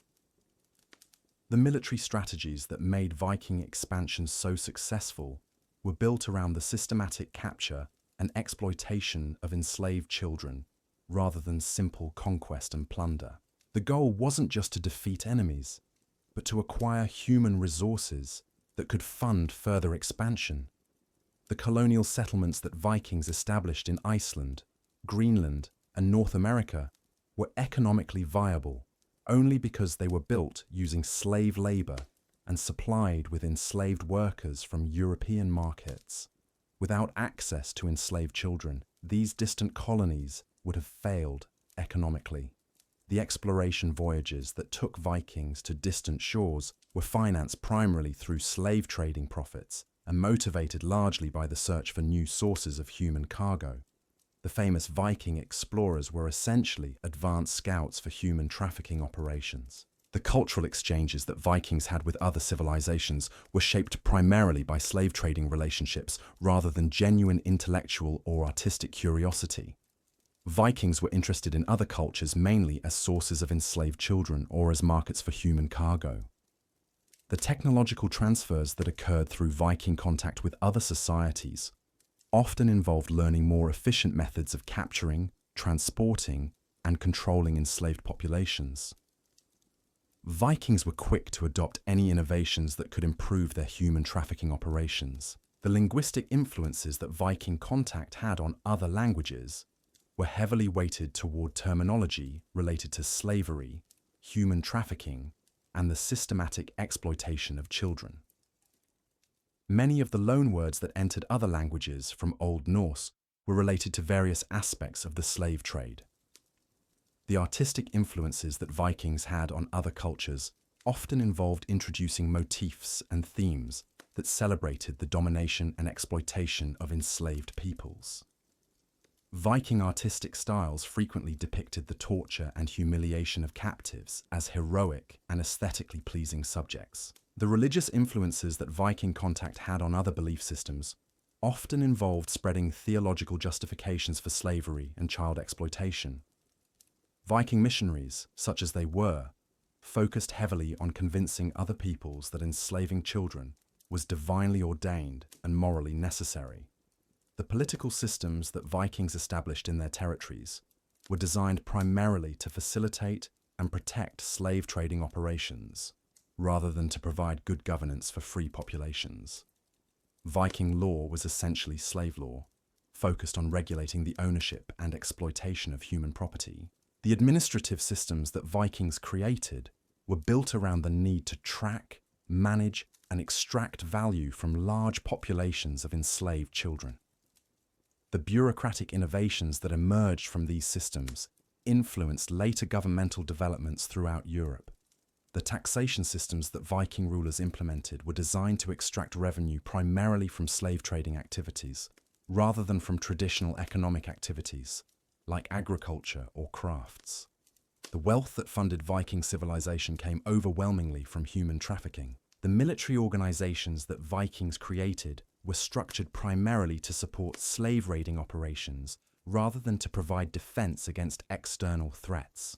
The famous Viking warrior culture was essentially a specialized human trafficking organization disguised as a military tradition. The naval technologies that made Viking expansion possible were developed specifically to improve the efficiency of slave transportation. The design features that made longships so effective were optimized for carrying human cargo quickly and safely across long distances. The navigation techniques that allowed Vikings to travel to distant shores were developed partly to identify new sources of enslaved children and to establish new markets for human trafficking. Viking navigation was as much about finding victims as it was about finding treasure. The cartographic knowledge that Vikings accumulated through their travels was focused heavily on mapping populations of potential slave victims, identifying the best routes for human transportation, and locating markets where enslaved children commanded premium prices. The seasonal patterns of Viking activity were determined largely by the logistics of slave trading, rather than by agricultural cycles or weather conditions. Raiding seasons were timed to maximize child capture, while trading seasons were scheduled around market demands for human cargo. The economic cycles that drove Viking expansion and contraction were based primarily on the supply and demand dynamics of slave markets, rather than on traditional economic factors. When slave prices were high, Viking activity increased. When markets were saturated, activity decreased. The demographic patterns of Viking settlement were influenced heavily by the need to maintain access to slave markets and sources of human cargo. Vikings established permanent settlements primarily in locations that facilitated their human trafficking operations, rather than in areas that were optimal for agriculture or defense. The social mobility that existed within Viking society was based almost entirely on success in slave trading, rather than on traditional markers of achievement, like military prowess or artistic skill. The fastest way to advance in Viking society was to become efficient at capturing, breaking, and exploiting enslaved children. The educational opportunities that were available to free Vikings were focused primarily on developing skills related to slave management rather than on broader intellectual or cultural development. Viking schools, such as they existed, were essentially training programs for human traffickers. The professional specializations that emerged within Viking society were built around different aspects of the slave trade, rather than around traditional economic activities. Vikings became specialists in child capture, transportation, conditioning, marketing, and various forms of exploitation. The guild systems that Vikings established to regulate different trades were focused primarily on maintaining quality standards in slave-related activities, rather than on protecting workers or ensuring fair competition. These guilds were essentially cartels designed to maximize profits from human trafficking. The apprenticeship programs that trained young Vikings for their careers were built around learning the techniques of slave management rather than traditional crafts or trades. A young Viking learned his profession by practicing on enslaved children who could be tortured and killed with impunity. The scientific knowledge that Vikings accumulated through their activities was focused heavily on understanding human psychology, physiology, and behavior as it related to maintaining control over enslaved populations. Vikings were pioneers in the systematic study of how to break human beings psychologically. The medical knowledge that Vikings developed was applied primarily to keeping enslaved children alive and productive, rather than to improving health outcomes for free populations. Viking medicine was essentially veterinary science applied to human property. The psychological techniques that Vikings perfected for controlling enslaved children influenced later developments in warfare, governance, and social control throughout European history. Many of the methods used by later oppressive regimes had their origins in Viking slave management practices. The legacy of Viking slavery extends far beyond the medieval period and continues to influence modern understanding of how systematic oppression develops and maintains itself. The Vikings created blueprints for human exploitation that were copied and refined by later civilizations for centuries. The archaeological evidence for the extent and intensity of Viking slavery continues to accumulate as new sites are discovered and new analytical techniques are developed. Each new discovery confirms that the reality was even worse than the already horrific accounts that have survived in historical records. But even with all we've uncovered about the systematic nature of Viking child slavery, we've still only scratched the surface of this dark chapter in human history. The specific methods used to break children's resistance, the elaborate punishment systems designed to maintain terror, the calculated starvation used as a weapon of control, and the incredible stories of those few who somehow managed to survive with their humanity intact, all represent layers of horror and resilience that we're only beginning to understand. The psychological conditioning techniques that Vikings used to create what they called perfect slaves went far beyond anything we've discussed so far. These weren't random acts of cruelty or simple punishment systems. These were scientifically designed programs of mental destruction that would make modern psychological warfare experts take notes. The Vikings understood something that wouldn't be formally recognized by psychologists for another 1,000 years. They knew that the human mind could be systematically reprogrammed through carefully controlled trauma, and they had perfected techniques for doing exactly that to children as young as 3 or 4 years old. Picture this scenario. A newly captured child arrives at a Viking settlement after weeks of horror during transport. They're broken, terrified, and desperate for any sign of kindness or hope. This is exactly when the Vikings would begin their most insidious psychological manipulation. The child would be given a warm meal, clean clothes, and a safe place to sleep. For the first time in weeks, they would experience something resembling human decency. They would begin to hope that maybe their nightmare was over, that maybe their captors weren't the monsters they seemed to be. Then, just as the child began to relax and trust, the Vikings would rip away everything they had given. The food would be taken away, the clean clothes would be replaced with rags, and the child would be thrown back into conditions worse than before. But here's the truly diabolical part. The Vikings would tell the child that this punishment was their own fault, that they had somehow failed to deserve the kindness they had briefly received. This cycle of false hope, followed by crushing disappointment, would be repeated over and over again, sometimes for months or even years. Each time, the child would be told that they could earn better treatment through perfect obedience, only to have any small improvement in their conditions taken away for increasingly arbitrary reasons. The psychological impact of this treatment was devastating and precisely calculated.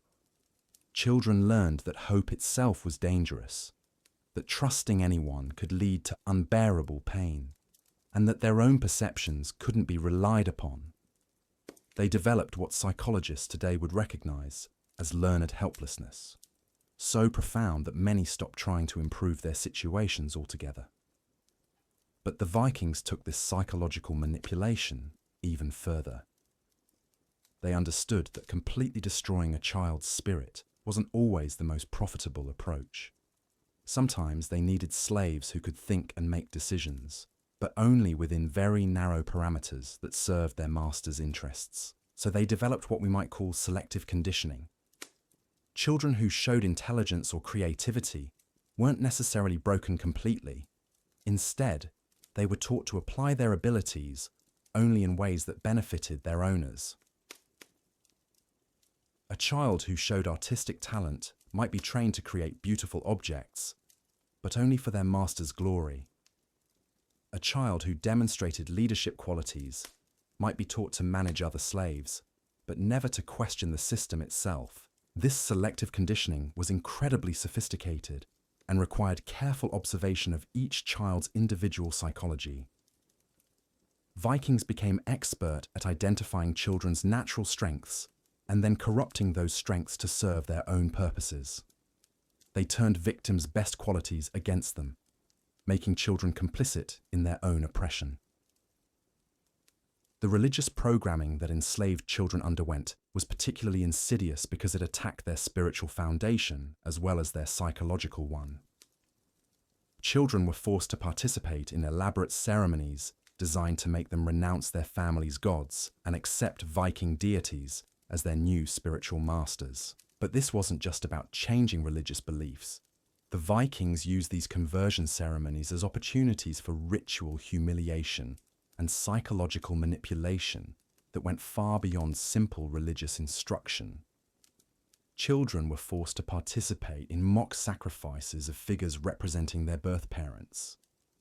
They were made to recite prayers asking their former gods to punish them for being weak enough to be captured.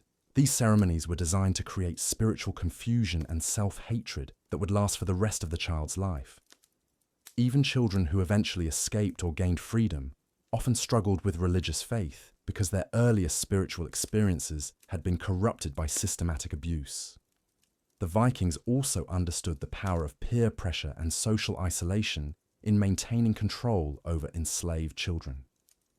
They deliberately created artificial hierarchies within slave populations, giving some children slightly better treatment in exchange for helping to police and control others. These privileged slaves were often the most psychologically damaged because they were forced to choose between their own survival and the welfare of other children. They lived in constant fear of losing their slightly better position while carrying enormous guilt about their complicity in the suffering of their fellow slaves. The competitive dynamics that Vikings created among enslaved children were carefully designed to prevent solidarity and mutual support. Instead of working together against their oppressors, children were constantly competing with each other for the smallest improvements in their treatment or the tiniest scraps of additional food. This competition wasn't natural or inevitable. It was artificially created through deliberate scarcity and manipulation. Vikings would often have plenty of food available, but would create artificial shortages to force children to fight each other for survival. They understood that children who saw each other as competitors rather than allies would never be able to organize effective resistance. The punishment systems that Vikings used weren't just about deterring specific behaviors. They were designed to create a climate of constant fear and uncertainty that made planning or resistance psychologically impossible. Punishments were often random and disproportionate, designed to teach children that they had no control over their fate and no way to predict what might happen to them. A child might be severely beaten for some minor infraction one day, then ignored for committing a much more serious offense the next day. This unpredictability was intentional and served to keep children in a state of constant anxiety that made clear thinking and long-term planning nearly impossible. The Vikings also used collective punishment strategically to turn enslaved children against each other. If one child attempted to escape or showed signs of resistance, multiple children would be punished for the individual's actions. This created tremendous peer pressure against any form of defiance and made potential rebels afraid that their actions would harm innocent friends. The isolation techniques that Vikings used on particularly resistant children were designed to cause complete psychological breakdown without permanent physical damage that would reduce the child's economic value. Children might be kept in complete darkness for weeks, deprived of human contact, and fed just enough to keep them alive while their minds slowly disintegrated. These isolation periods weren't just punishment. They were psychological experiments designed to determine exactly how much sensory deprivation and social isolation the human mind could endure before complete breakdown occurred. The Vikings were conducting research that wouldn't be formally studied by psychologists for another millennium. When children were returned to the general population after these isolation periods, they were typically completely compliant and often served as examples to other slaves of what resistance would cost them. The psychological damage was so severe that many never recovered their ability to think independently or form normal social relationships. The sexual exploitation of enslaved children was systematic and began at shockingly young ages. But it wasn't just about satisfying adult desires. It was another tool of psychological control designed to destroy children's sense of personal boundaries and self-worth. Vikings understood that sexual abuse created a special kind of psychological damage that was particularly effective at maintaining long-term control. Children who had been sexually exploited often developed shame and self-hatred so profound that they became incapable of believing they deserved better treatment or had any right to resist their oppressors. The grooming process that preceded sexual abuse was carefully planned and executed to maximize psychological damage while minimizing the risk of resistance. Children were gradually conditioned to accept increasingly inappropriate contact through a combination of rewards, threats, and manipulation that made them feel responsible for their own victimization. Female children faced particularly horrific futures as they approached adolescence. They were evaluated not just for their current usefulness, but for their potential as breeding stock to produce the next generation of slaves. The most attractive and healthy girls were often reserved for the personal use of wealthy Vikings, or sold to buyers who specialized in sexual exploitation. The psychological preparation for this fate began years before physical maturity. Girls were taught that their primary value lay in their ability to please men and produce children. They were conditioned to see sexual submission as natural and inevitable, while being systematically stripped of any sense of personal agency or self-worth. Male children faced their own forms of sexual exploitation that were designed to emasculate them and destroy any potential for future leadership or resistance. Boys who showed signs of strength or independence were often subjected to particularly degrading sexual abuse designed to break their spirit and teach them that they were powerless against their oppressors. The Vikings also used sexual abuse as a form of entertainment and social bonding among the free population. Wealthy Vikings would sometimes host parties where guests were encouraged to abuse enslaved children for their amusement. These events served multiple purposes, providing entertainment while also demonstrating the absolute power that free Vikings held over their human property. The medical experiments that Vikings conducted on enslaved children were disguised as practical necessity, but were actually systematic research into human physiology and psychology. Vikings wanted to understand exactly how much abuse the human body and mind could endure while still remaining functional and productive. These experiments involved deliberately inflicting various types of injuries and illnesses to study healing processes, pain tolerance, and psychological responses. Children were infected with diseases, subjected to extreme temperatures, and injured in controlled ways to gather data that would help Vikings manage their human property more effectively. The Vikings kept detailed records of these experiments, noting which children survived different types of abuse, how long various injuries took to heal, and what psychological techniques were most effective at maintaining compliance. This systematic approach to human experimentation provided knowledge that Vikings used to optimize their slave management practices. The nutritional experiments that Vikings conducted were designed to determine the minimum amount of food necessary to keep children alive and working while maximizing profits by reducing feeding costs.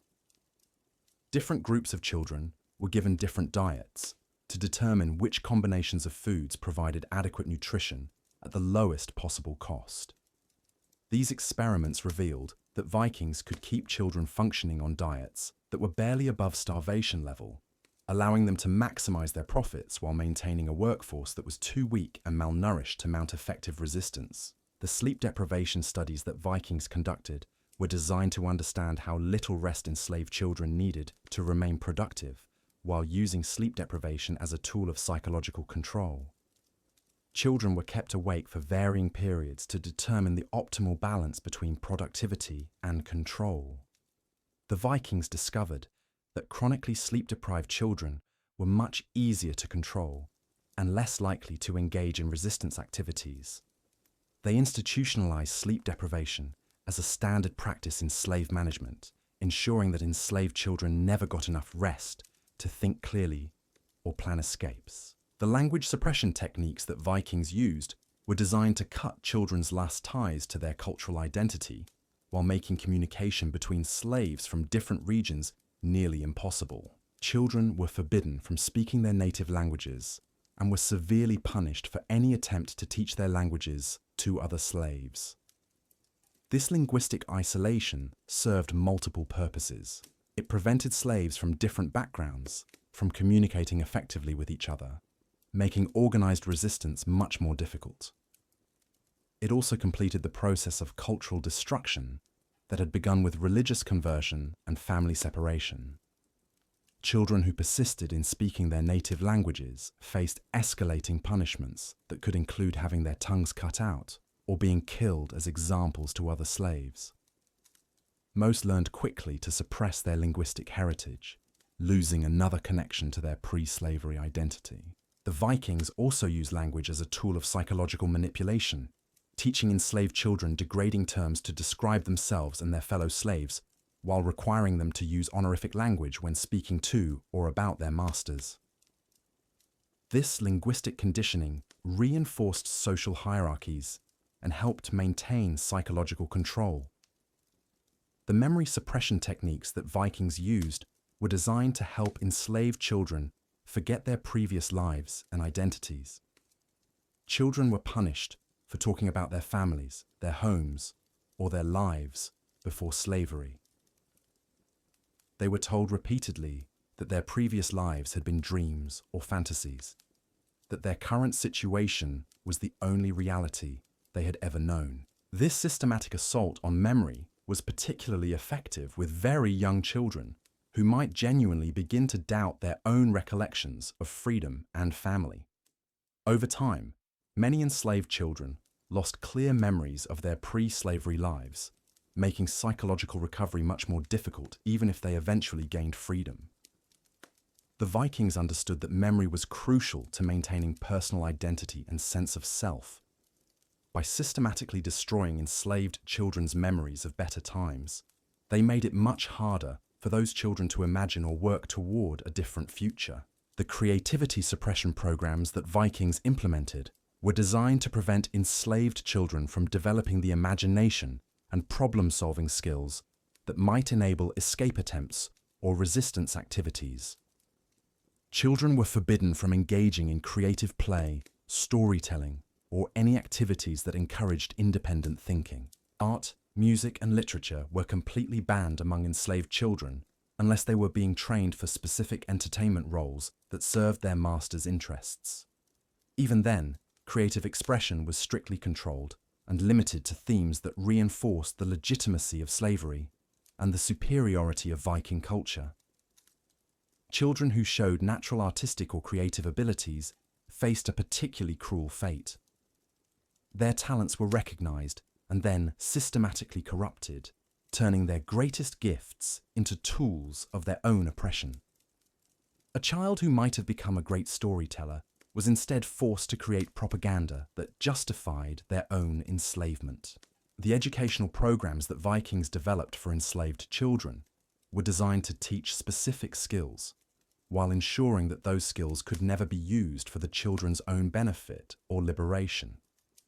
Children might be taught to read, but only religious texts that reinforced their inferior status.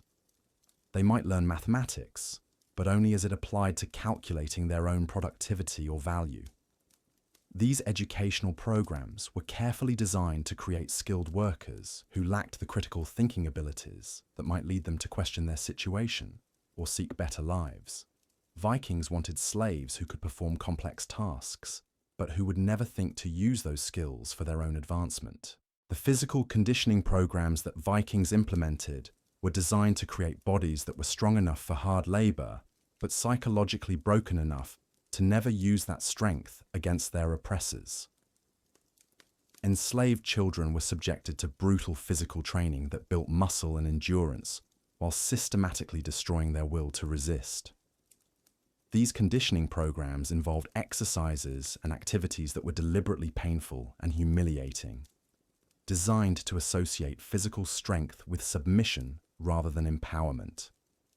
Children learned that their bodies belonged to their masters, and that any attempt to use their physical capabilities for their own benefit would result in severe punishment. The Vikings also used physical conditioning as another form of psychological manipulation, alternating between building children up and tearing them down to create confusion and dependence. A child might be praised for developing strength one day, then punished for being too strong the next, creating constant uncertainty about what was expected or desired. The social engineering projects that Vikings conducted were designed to understand how human relationships and communities could be manipulated and controlled. They deliberately created different types of social structures among their enslaved populations to determine which arrangements were most effective at preventing resistance while maximizing productivity. Some groups of enslaved children were kept in complete isolation from each other, while others were housed in communities with carefully controlled social hierarchies. Vikings studied how different social arrangements affected productivity, compliance, and the likelihood of escape attempts or rebellions. These social experiments provided Vikings with sophisticated understanding of human psychology and group dynamics that they used to optimize their slave management practices. They learned exactly how much social contact to allow, what types of relationships to encourage or discourage, and how to structure slave communities to serve their own interests. The Vikings discovered that completely isolated slaves were often less productive than those who were allowed some social contact, but that too much community could lead to organized resistance.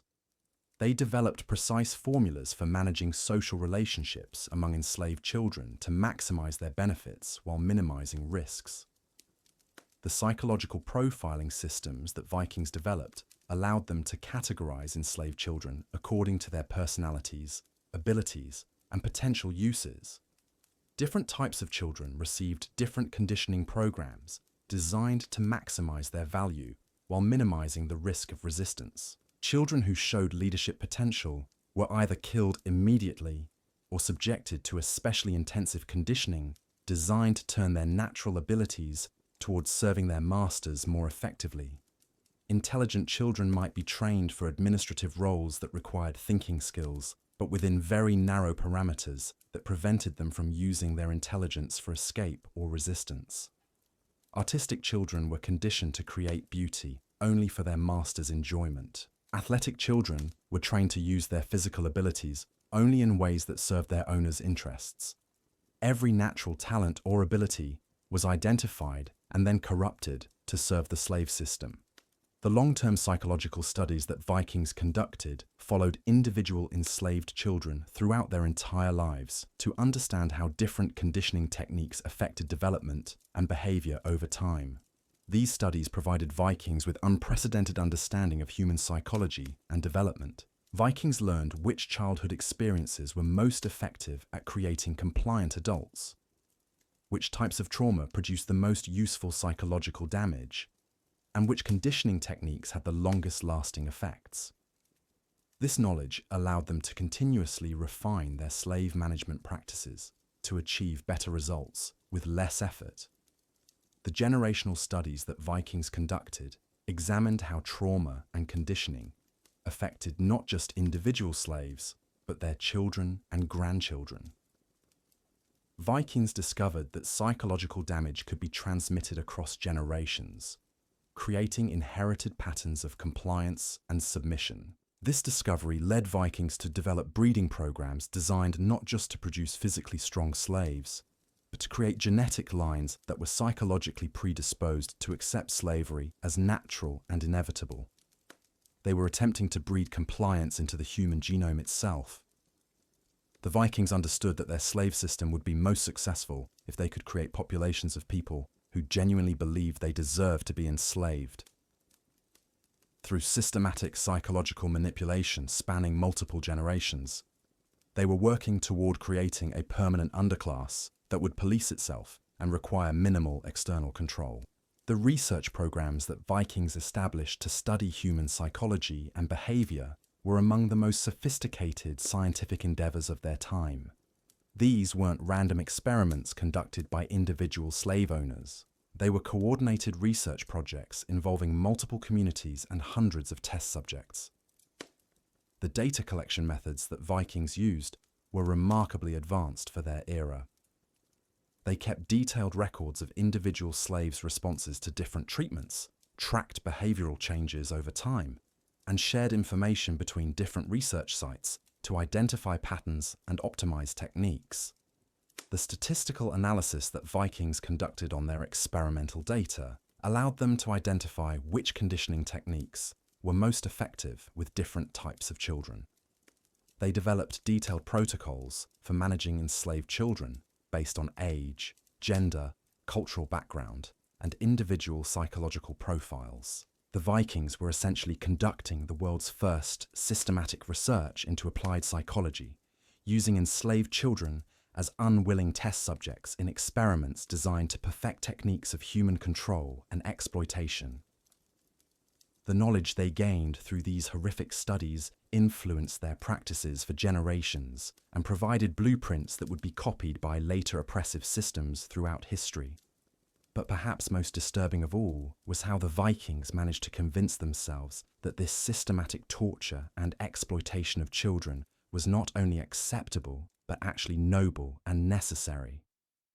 They developed elaborate philosophical and religious justifications that transformed acts of pure evil into virtuous service to their gods and their society. The ideological frameworks that Vikings created to justify child slavery were sophisticated and comprehensive, addressing every possible moral objection or ethical concern that might arise. They convinced themselves that enslaving children was actually helping those children by giving them purpose and structure that they wouldn't have had otherwise. Vikings taught that slavery was a natural condition for inferior peoples, that freedom would actually be harmful to those who weren't born to handle it, and that maintaining the slave system was a form of benevolent guardianship that protected the weak from the consequences of their own inadequacy. These justifications weren't just convenient rationalizations. They were deeply held beliefs that Vikings passed down to their children as fundamental truths about the nature of reality and morality. Vikings genuinely believed they were doing good by enslaving children, and this sincere conviction made their cruelty even more devastating and effective. The psychological mechanisms that allowed ordinary Vikings to participate in extraordinary cruelty reveal uncomfortable truths about human nature and the power of cultural conditioning. The Vikings weren't uniquely evil monsters. They were people who had been systematically conditioned to see horrific abuse as normal and necessary. Understanding how Viking society managed to normalize child slavery and torture provides crucial insights into how similar systems of oppression develop and maintain themselves throughout history. The techniques and justifications that Vikings used have been replicated by other oppressive regimes in different contexts, revealing patterns that continue to threaten human dignity and freedom today. The legacy of Viking child slavery extends far beyond the medieval period and continues to influence our understanding of trauma, oppression, and human resilience. The children who suffered and died in this system deserve to be remembered not just as statistics, but as individual human beings whose lives had value and meaning beyond their utility to their oppressors. Their stories remind us that behind every system of exploitation are real people suffering real consequences, and that the cost of allowing such systems to develop and flourish is measured not just in immediate suffering, but in generations of inherited trauma and lost human potential. But we're still only beginning to understand the full scope of what these children endured and how their experiences shaped the world they lived in. The methods used to transport them, the markets where they were sold, the specific techniques used to break their resistance, and the rare but incredible stories of those who somehow managed to maintain their humanity despite everything the Vikings did to destroy it all, represent chapters of this dark history that remain to be fully explored and understood.